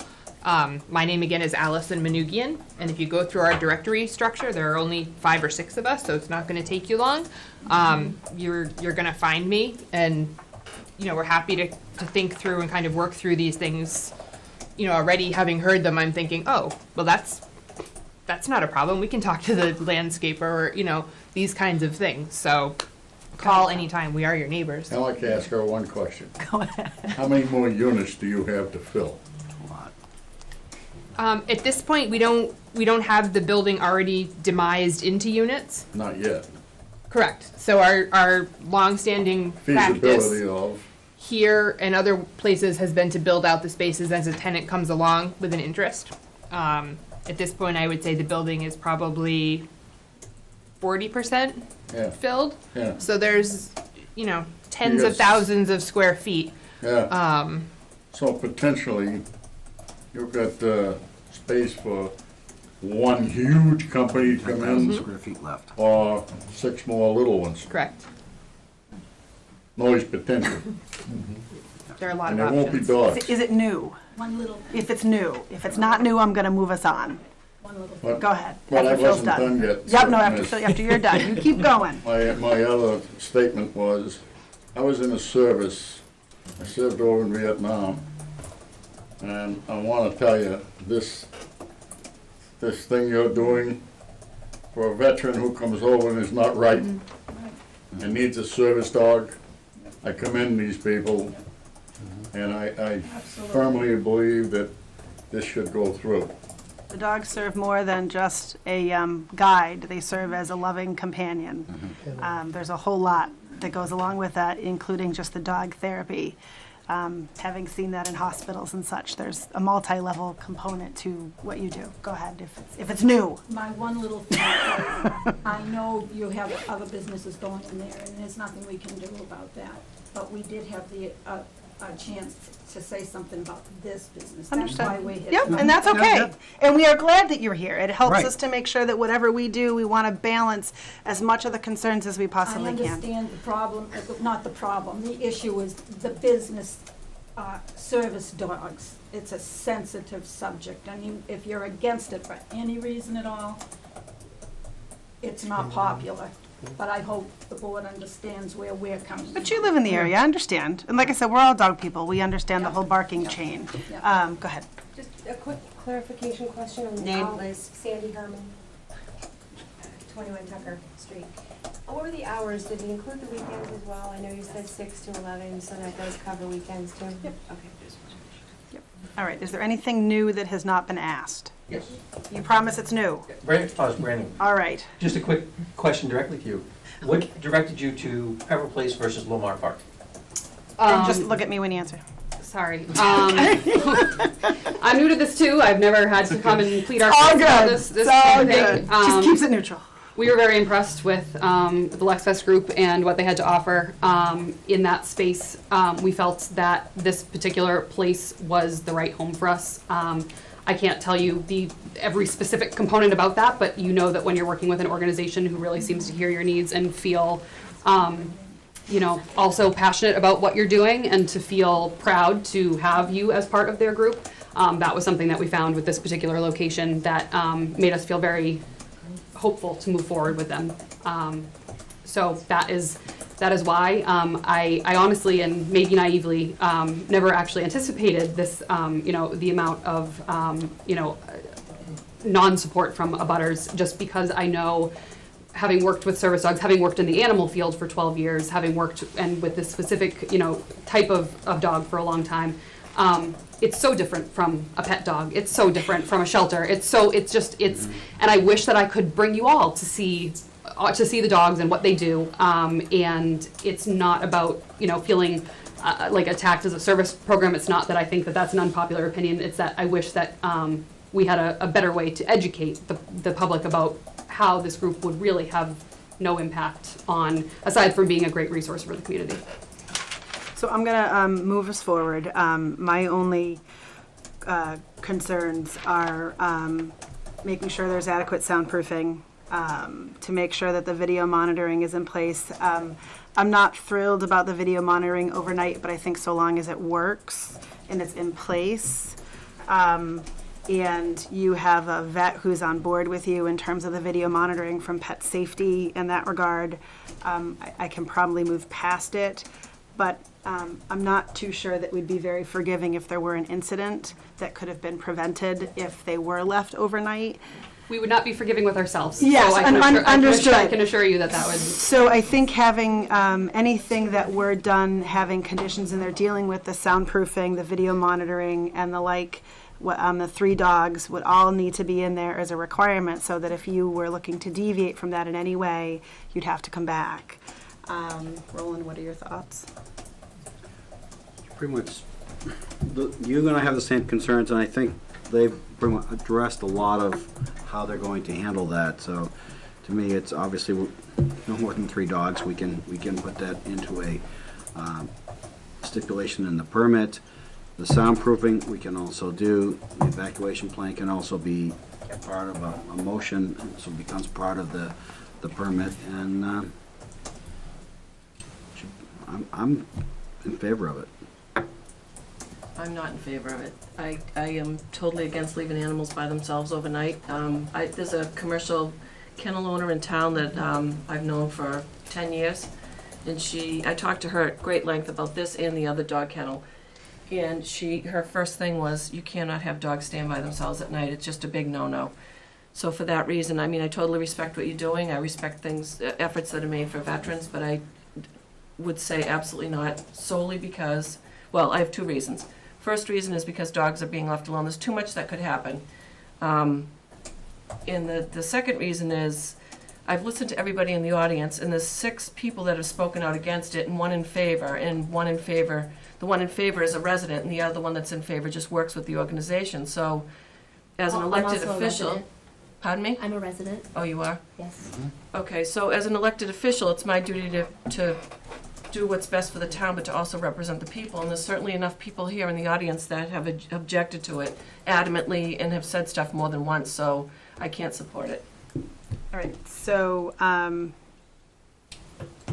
that's fine. Unless there are other...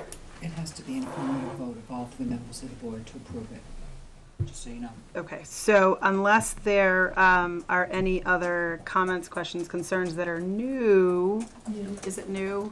All right, I'm gonna give 5 more minutes of leeway, and then I'm shutting it off. Her hand was up first, then you're next. Go ahead. Haley Lakin, 38 Lawrence. Haley Lakin, 38 Lawrence Street. I want to address some of your concerns about leaving dogs alone. We all love our pets very, very much. My dogs are alone at home right now. One in a crate, too young to not be crated because it's what's safest for him. They're alone, during the day while I'm at work, and so they do spend time alone. The difference here is that that's during a night hour, but not during the daytime, where they will have people and they will be very active and training the entirety of the day. Unfortunately, I understand your concern. One of my dogs was in the vet for a problem that was going to require him to be there overnight, and at the vet, they do not have staff continuously overnight. So essentially, it was at 11 p.m. all of the vet techs went home, and they were in the next morning at 6 a.m. to start rounds. And these are for animals then who are sick, and this is not uncommon at veterinary practices. I know it makes us all feel sad that they're alone, and I share that concern with you, but I think there is the reality that dogs do spend time alone, and there's a safe way to do that, and many of them my dogs included are accustomed to being in crates for that purpose because it keeps them safe in that situation where they're alone. And when you said that you were, I didn't mean you weren't a resident. I meant that you didn't live in the surrounding area. Correct. I'm not in a butter, but I am a resident of this town. Okay. Go ahead. Hang on, she had her hand up first. Go ahead. She Just said state, everything I was just gonna state your say. name and. Elaine Roberts, 6 Parker Hill Way. She just said everything I was gonna say. I totally agree. It's like, I understand what this other lady's saying, that, don't leave your dogs alone, but it's like, I work. My dog's left alone all day. I'm sure he barks. I'm sure he calms down. I have neighbors, so if something really bad went wrong, they'd let me know it. But I understand that the dogs that she's working with, you'll be working with, have to be quiet because this is what they have to learn. You know, and it doesn't take long to figure out if the dog isn't gonna be able to do it, then they move on. You know, so. Mine are crated during the day. I have 2 of them, so I Mine's totally 3. get it, and I'm not there during the day. she wanted to go first, then. That's go all ahead. right. I just wanted to also reply to that, is that having dogs crated overnight, that's great that the person who runs the kennel is able to have overnight staff. That's wonderful. I have talked to 75 shelters in Massachusetts, and of those 75 shelters, 5 have overnight staff. And that, including with the non-overnight staff, are the Animal Rescue League of Boston, the Massachusetts Society for the Protection of Cruelty to Animals. All of the major organizations use this video monitoring system. That is appropriate. It is an accepted practice in the field. Additionally, veterinary hospitals that have actual sick animals are not monitored continuously overnight. There are many boarding facilities that are not monitored overnight continuously. And you have to also understand that anybody who is there overnight is usually, it's in a sleep overnight position. So that's still somebody having to wake up, acknowledge a problem, and get into action just as you would in a home. We have people that are, again, 6 minutes away. It would be, if I in my own house with my dogs downstairs at night, to get from my bedroom on the 3rd floor to where they sleep on the 1st floor, by the time I heard the noise that was happening, to get down there, it could easily be the same thing. And I know as pet lovers, it's a visceral reaction to say, but the dog's gonna be alone overnight. I get that. I totally 100% understand and see where you're coming from, but it's a widely accepted practice. It is a safe practice, and we would never do anything to put the dogs in harm's way. Our sole mission is to give these dogs an amazing life and to help a veteran get their life back. That's our sole mission. We would not put those dogs in danger. All right, Phil, you are my last one, and then we're gonna move on. I don't think I can count how many people I know who have dogs, cats, and other such animals that the father, the wife, and the husband work 2 jobs and are not home during the day, and their animals are. And I think they might make supper for them when they get home, because that's the way it works. In today's society, the parents have to work, and the animals have to stay home and take care of the house. If I could train mine to vacuum, it would be awesome. It would be nice if you could train them to do that. I'll let you do that after you're done. All right, go ahead. First point is, nobody here is against it, just to make that 100% clear. We all think you're doing a great job and it's needed, so no one's against that. The other point is, 4 other neighbors, so that means 8 at least are against, so just. Except those other 4 aren't here, though. But I represent them being a trustee. I know that, but they're not here. It makes it hard when they don't come, and we don't know for sure that they feel the same, or that they might change their mind Well, after my wife has listening to the personally people spoken here. to them, and they've voiced their. Understood. It's hard when people don't come, because then they don't get to hear the counter arguments. Sure. People's minds could be changed. They could have different questions, or their questions could have been answered. Right. I get that, but it's also hard when they're not here, because we don't get the full Oh, participation. my wife's all for it, so. Same thing, we could changed her mind to the negative, you never know. I know. You never know. All right, so I think we've heard everything that we could hear that is relevant. Do you have something to add before we look to Yeah, close? I just want to, add something, or comment to Lisa, that, yeah, you're elected to represent the citizens of the town of Pepperell.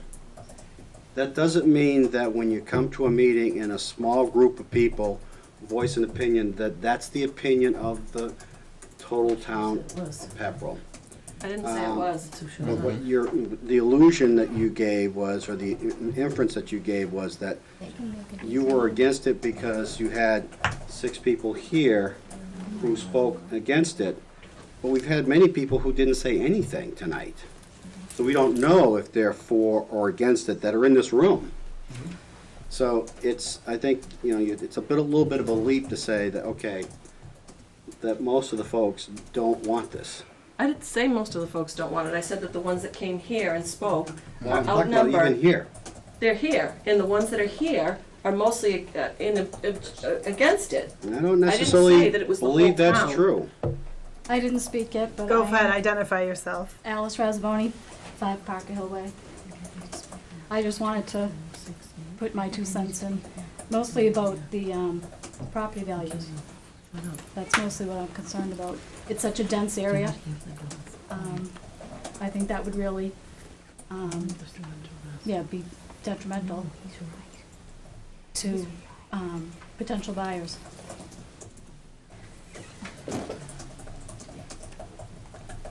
Writing a note, sorry. Is there anyone who has not spoken yet who wants to speak and offer their opinion one way or the other? Okay. So there isn't anything that anybody wants additional at this point. I think all the questions have been asked one way or the other, so I guess the question is, do we close the hearing? I move to close the hearing. Do I have a second? Second. All right. All in favor? Aye. Aye. All right, so it's unanimous to close the hearing. So do we have a motion on the special permit with any conditions? Well, I'll move that we grant the special permit request with the following conditions: no more than 3 dogs, adequate soundproofing to prevent dogs from barking inside the building, from being heard outdoors, and an evacuation plan. I would just add that you're the video monitoring. And all the things that they've also put into their plan that they say they're going to do, such as video monitoring. And all the other conditions, disinfecting, all that other kind of stuff. All right. Do I have a second? I will second by necessity. All in favor of the motion made by Roland with the conditions attached thereto? Aye. Aye. Any opposed? Opposed. All right, so it is 2-1. So Peggy, it has to be unanimous. It has to be unanimous. Right.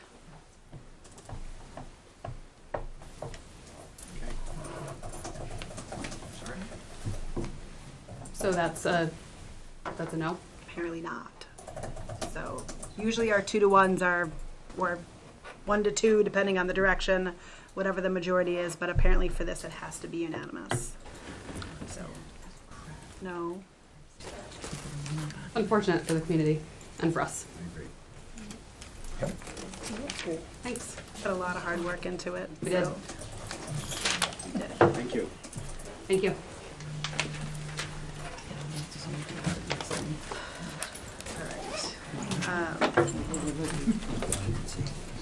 Yep.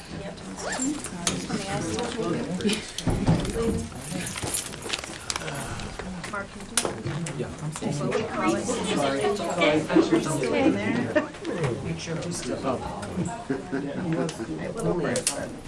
Hey, guy. Mark asked me if Tony picked him up, like, no, he's in St. Louis. Yeah. Right. Not pick him up. No grass area. No, neither am I. Yeah. All right.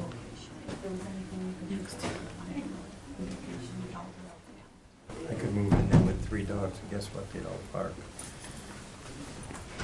Hi, Ken. Are we good? Is he bugging Ed? No. Because his butt needs to go in another room if he's bugging him. All right, as long as he's quiet. Waiting for a call from Hollywood. Waiting for a call from home. Hollywood. No, he's probably just hoping his iPad doesn't die. All right, so the next thing on our agenda is the sights and sign safety, signs and safety. Lordy, I saw their sign earlier today out as I was driving somewhere. Apparently that's what I have in my head.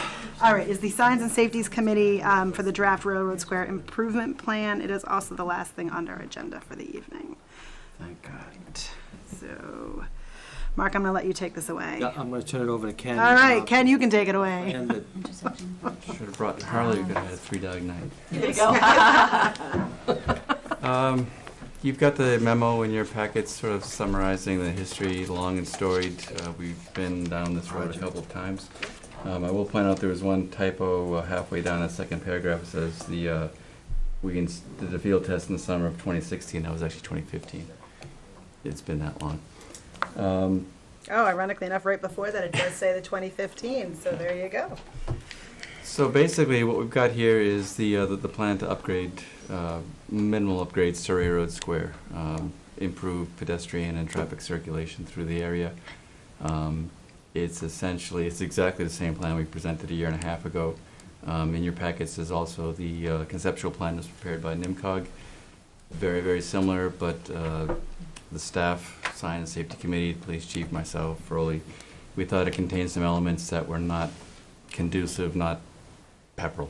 The original plan or the one that we have The one that now? NIMCOG created. Got it, okay. They basically, the two biggest ones I'll tell you right now are the fact they created two turnaround facilities. I wouldn't call them a rotary, but sort of a place to bang a U-turn. Yeah, turnarounds are never a good idea. On the general For years, it was prohibited vehemently on that section of the street. The second one was given the width of the pavement, they proposed to put in segregated parking and through lanes, and we just thought that was going to be a really bad idea. That will probably degenerate into a default right turn lane, and someone's going to get rear-ended at speed. So basically, other than that, the two proposals are very, very, very similar. So. Given the fact that it's been many, many years since the drainage was put in, the road's been sitting in binder, it's actually starting to come apart a little bit. We really should have paved this 3 years ago. We really can't wait any longer. So we're actually the curb setter's scheduled to start later this week or the first of next week. Following up on that, the other item in your packets is a proposal from Van Hagen Breslin, a very well-respected long-standing traffic engineering firm in the state in New England. They provided a proposal under a grant to do a couple of things, review the conceptual plans, a conceptual study, and a compiled plan of land. No field survey, but given the fact that ultimately, in the much bigger picture, master plan thinking, railroad squared or rotary kind of concept, there will probably be a corridor plan created for this area. Honestly, I don't think we have the funding, nor do we have the time to wait for that to happen. But with that being said, I think there's a couple of things that need to be brought to people's attention so we can begin to address those property encroachments and so forth. And so what they have done is create a proposal to prepare that plan again under a grant. Probably the biggest thing there, it's in the very end, is the fact that they will, we asked for a change. They had 3 conference calls in there, and we thought that time was better spent doing what we call field assistance. My thought was to have a member of, Rowley, I'll just call him right out, being on the Business Association, being a selectman, and being on the Sign and Safety Committee. And I certainly would be glad to attend as well. Maybe even Steve Parker, but probably spend a couple of hours going up and down canvassing the businesses, letting them know what's happening, why it's happening, and where it's going to likely go in the future, and why we're not waiting for that. It's the fact, again, the funding and the timeline is just too far out there. We've got to do something. Nothing that we're proposing to do here is so cost intensive that it can't essentially be redone. I mean, I think with paving and curbing and materials, we're into it for right around $40,000 in Chapter 90 money, which isn't a lot of money to do what we're doing. The plan speaks for itself. We're putting in curbing, we're relocating stop signs, we're creating sidewalks in front of Kemp's, we're better defining curb cuts, going down to the rail trail, 7-Eleven parking area, and so forth. All that's up for grabs. I think a lot of it will stay, quite honestly, unless there's a massive redesign of, a rotary or a 4-way intersection or signalization or something like that. And that point, all bets are off. And Pepperell's not big enough for 2 rotaries. It's just not. and honestly, I think if it's going to wind up being included in a corridor type program, we're probably talking MassWorks grant or something along those lines. You're probably talking trying to leverage, $50,000 against several $1 million to do the entire corridor. So again, it's not worth losing sleep over at this point, in my opinion. Is there anything that you can do in terms of some of the things that you need to do them in a certain way that would prepare them for the eventuality of the plan that is most likely going to be put into place, or at least some things that you can anticipate? So we wouldn't have to redo everything. Honestly, given the fact that we are fairly well constrained property line wise, I don't see, unless there's going to be massive takings or a complete remodeling of that area, which I sincerely doubt would happen. I really don't think there's a lot, quite honestly, that will change. Maybe the configuration of the intersection itself, signalization or something, but even then it's going to have to stay within the existing property lines as we are. So I really don't think there's anything. There might be some curbing that has to be reset. They might want to take a stop sign down and put up a signal, that kind of a thing. Paint is cheap, lines are cheap. Maybe relocate a crosswalk. I mean, that's probably the single biggest bone of contention, if you will. There's a mid-block crosswalk in there right now that currently terminates in an alleyway, and that's just not compliant with the Americans with Disabilities Act. That has to be relocated during this project. It's going to remain a mid-block crosswalk. I can't tell you at this point if it's going to the left or to the right. We're going to go out and take a look at that this week. It'll probably shift one parking stall either way, and we'll have to create a new curb cut there. But as you probably heard, we're going to address a couple of things like the high curb reveal there. That'll be taken care of. The auxiliary parking, again, people have been asking their employees to park over by the rail trail. We're going to provide pedestrian facilities. We're going to bring the stop sign up on Groton Street a little bit towards the spa, towards the intersection, better improved sight lines. So I think it'll be a nice upgrade overall, and long needed, long overdue. Okay. Is there anything that either you or the chiefs or anybody else on the committee wants to add to anything that Ken has or hasn't said yet? I mean, I think this has been going on for quite a long time, and we definitely need to take some action. Binders coming up, the sidewalks are in tough shape. The height of the sidewalk, for elderly to try to step up onto some of them, especially down towards the spa, it gets to be very difficult. Yep. So this is something we should have done a while ago, and now it's time to do it. I think there's an opportunity in the larger scale. It's not the spa anymore, it's Breen. Well, Breens. I had someone call it the spa. It's just yesterday. Yeah, you go to buy no, yeah, Breens. But the point being is that we need to do these things. But as we look at the overall corridor, that could be it is going to be a much bigger project, and at that point we may want to look at, is this the appropriate configuration, or is there something else we want to do down there? But right now, this is the best thing we can do. You got to do what you need to do to make sure it's And safe. I'll tell you, it is such obviously. a unique intersection. I think Mass DOT would probably shy away from doing anything too forward-thinking. I think a signalized intersection would probably scare them with a layout like this. It functions at some level now, which there's not a lot of backup or anything there. Not a high incident history. It's mostly minor stuff, fender benders, that kind of thing. How's that actually been since the stop signs were put in there? Because people now seem to be respecting them a little bit more than when they initially did. They're not ignoring them as much because they're not as new now. So have you noticed more in traffic incidents or anything like that since, or is it calmed down at all? I think it's calmed down. That's good. I can tell you, coming up from Groton Street, it's nice to have them actually stop Right. there so that you can actually get out to go continue on. Yeah, I see them. And it does help with pulling out. So when you got a lot more businesses that are going into that plaza there, backing out is tough. But I've noticed it's easier to back out now than it used to be, which is helpful. So, right.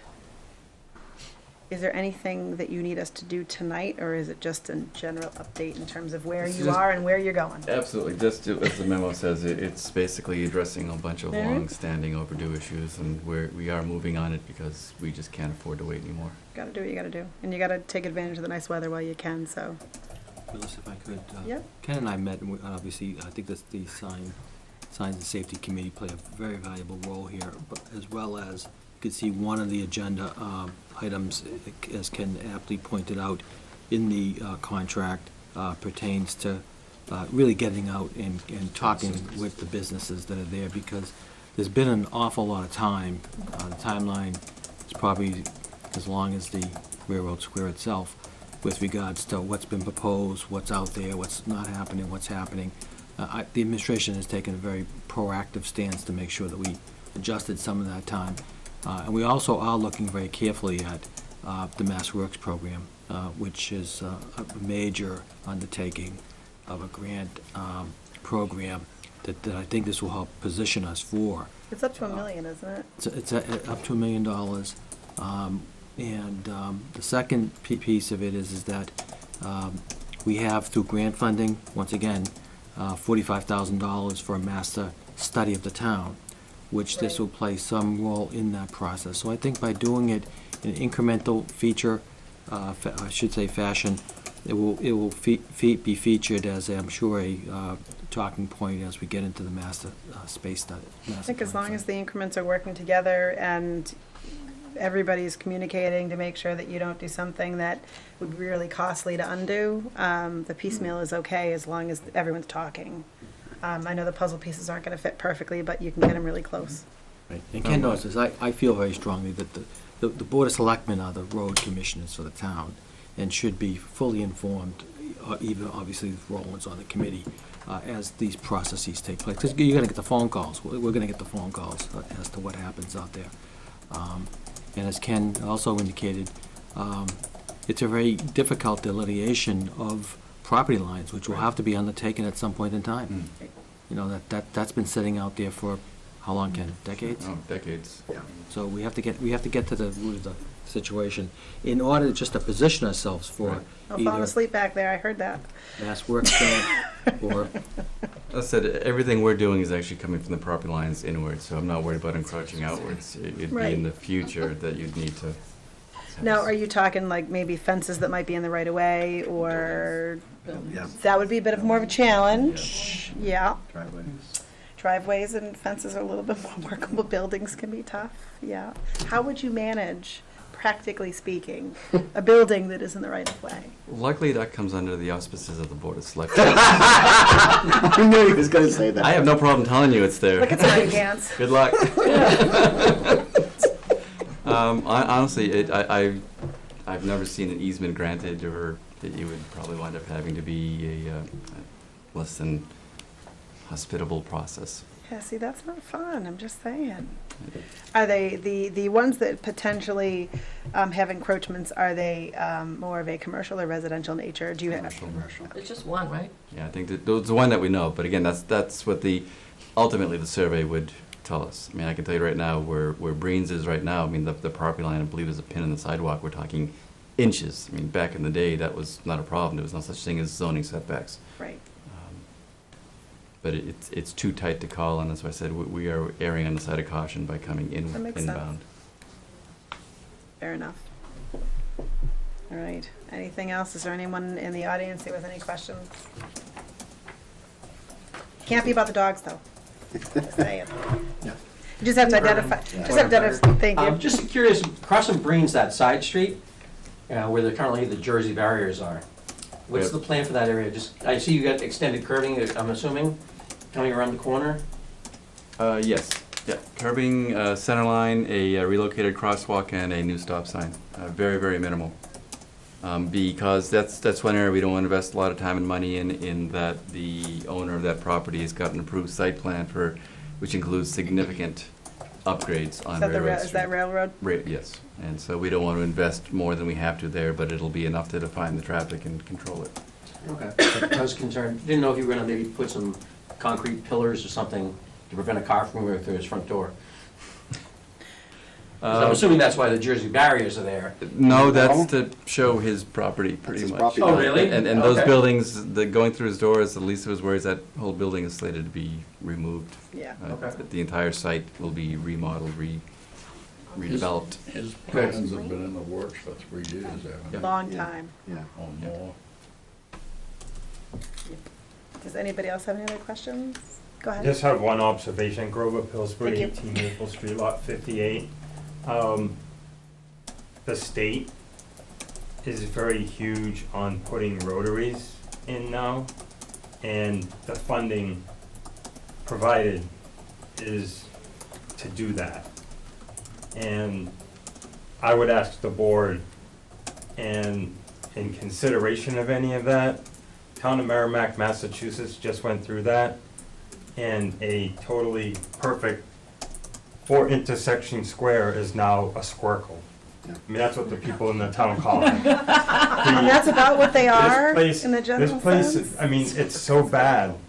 That fire truck can only go one way around there. The ladder truck that goes the wrong way will hit the bank building with the ladder when it's going to a fire. Rotaries are I not mean, fun. it's just, you know, this is what the state's going to, and unfortunately, for them to pony up the money, you kind of have to do what they're saying, but that would be probably the worst thing that could ever happen. I think part of what we've been trying to stay away from in the general is to stay away from rotaries. I don't think rotaries are a big love of anybody who's on the committee in the general sense, but there actually are mixed things going on in the state. There are some who are really for them, and then there are others who are actually trying to get rid of them. So part of what we are looking at is not only the stuff that's here, but in terms of a longer plan, there's been talk about whether or not the existing rotary, you know, in a longer plan would stay, whether the state might make us take it away. So it's kind of up in the air at the moment, even at the state level in terms of consistency. But rotaries, especially in a smaller town, are not necessarily beneficial for traffic flow. If you've got a bigger area or I'm not even going to say a more high traveled area, because the rotary on Route 2 in Concord is an absolute nightmare. And they have a significantly higher traffic flow than we have, and you've got the prison and everything right there. So they're not great. Most people don't understand the rules of a rotary. You get people who think that, you know, the ones who are in there have the right of way versus the ones who are coming in have the right of way. And I've seen people literally come flying down the street, down 113, and I'm in the rotary, and they don't stop. Like Yep. There's a car right there, and you know, like I'm slamming on my brakes in the rotary. Oh, many I'm- times I've seen. It's not pretty. So Usually in I New can't Hampshire speak place. for. This is, You know, I this is haven't what paid the- this is attention to what that, the- but I will start. in order for that town to get state money, that was what it was done. It was completely designed by the state. Yeah. It was completely paid for by the state, but it's their specifications, and whoever the engineer is obviously never drove a fire truck. Or never drove in a rotary. You Maybe know, that's the bigger issue. A rotary here won't work for the same reasons it won't work in Concord. You've got Right. unbalanced traffic flow in the legs, and quite honestly, we did approach Mass DOT. We did talk to them about it, and his solution was to put a mini roundabout with back-in angled parking, and I just threw him out of my office. So that's Excellent. the dumbest idea I've ever heard. Phil, go ahead. Now, since I've been in this town, I've heard it, I don't know how many times, never in my town.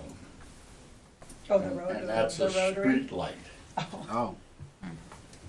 The highway supervisors in this town, from this guy to this guy to this guy. Well, we do have two, technically. No, Well, we're I talking about know- true, he's I talking know about of true four. Well, they street kind of count. They're halfway. Not on a flashing red. Every yellow. single one of them have said never in my town, including the existing one now. We do have almost to a degree Blankets, but not difficult with streetlights. traffic there too, and that's the hard thing. We don't have enough traffic, but It we doesn't have meet more the than warrant. we used to. You know Well, what I'll I tell mean? you. So- It doesn't meet the warrants for a traffic signal, and that you've got Chief wouldn't be 113. too against a street light in a couple of the areas, I'm sure. Which are the two? Or the two? Which are the Town Hall the high right? On the street. That's and big. Mill Street, right, Chief? Mill Street, where the Dunkin' is right now. Yeah, Mill 'cause that Street curve and is Town Hall. I tough. mean, we're gonna have a bad one there soon.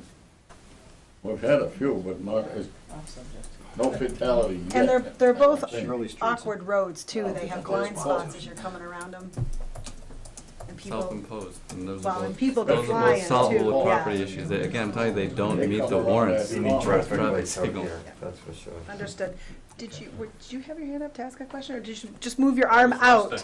All right, so I saw movement out of my peripheral vision, so I wasn't entirely sure if there was a hand or just a movement. Did anyone else have any other questions or comments or anything? To answer my Yep. question, do you people have a thing against the street light? I'm not opposed to them if they're the right thing.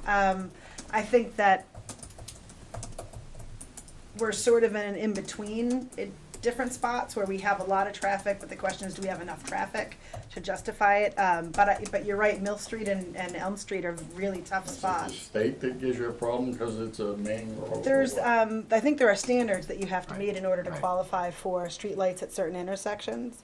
And we're not quite there, I guess, is what the issue is in terms of the You requirements. have to have a certain amount of accidents or what? Yeah, so what, to the best that you can, what's the kind of requirements that we have to It's meet? the manual uniform traffic control devices. They're called warrants. We don't meet the warrants for signalization of those intersections.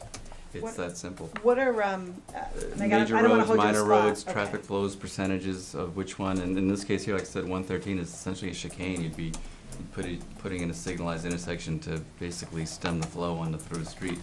Odd as it may seem, you would think, looking at it visually, Groton Street's the through street, but it's really not. It's Right. 113. Right. So Right. it, but again, this one is a very unique geometric layout.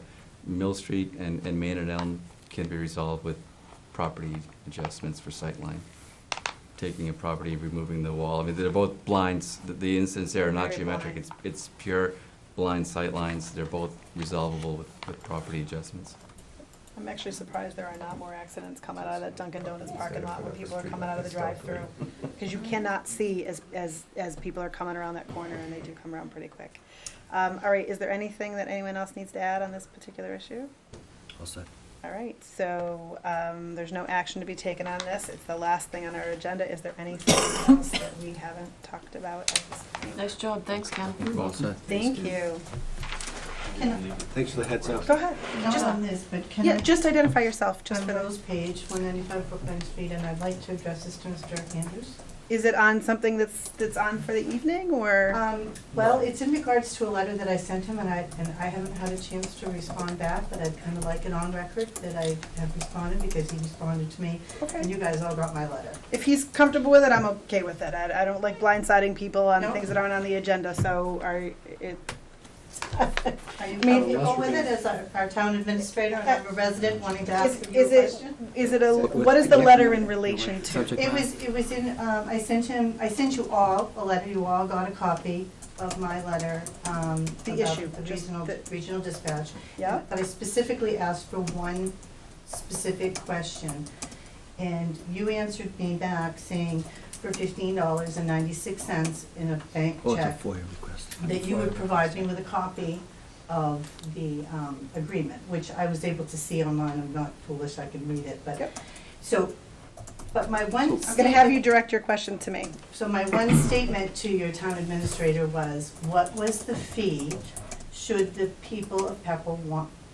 What is it going to cost to get out of the regional agreement if we were able to have that? So, I will And tell he you. did not answer that. So I will tell you, one, it's not on our agenda, but Right. two, we can't answer that question without a lot more information from the state. Well, I'd just like to now point out to you that I have actually talked to the town administrator in Tewksbury, Mr. Marquis. He is unaware that all of this is going on with all of you. He thought that this was a done deal and that everybody had agreed upon it unanimously. And he actually told me today, if the people in Pepperell don't want this, we don't want them part of our regional dispatch. So I'm asking you as selectmen and you as our town administrator to maybe, find out what the people want and what is in our best interest, because people don't want it. You're an I'm gonna elected stop you now, because now we're violating open meeting laws. Okay. Okay, so it's not on our agenda.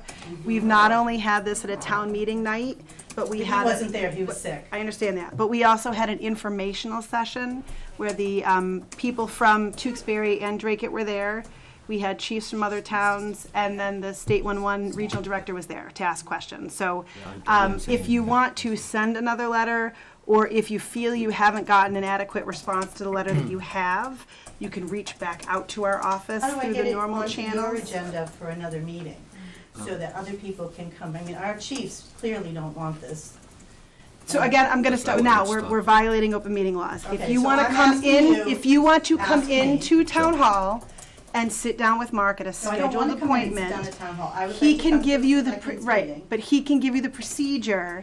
If you have something that you wanna talk about, there are procedures in place. You can come in and sit down with him and he can go through all of that with you. If you're not happy with that, then you have avenues of redress. But we cannot discuss it in this forum, it's But an you open as the meeting law selectman, I violation. can't come to you and talk to you? Not in this forum. But could I? If you want to call me at my office, I have a website, you are more than welcome to do that. But this forum, we cannot do this, it's not on our agenda. If I could, But you Melissa, understand what she I'm received a saying, what I response. I understand, just and I- wanna and I note it saw for the record. response. She received a response according to the law. End of story. I saw it.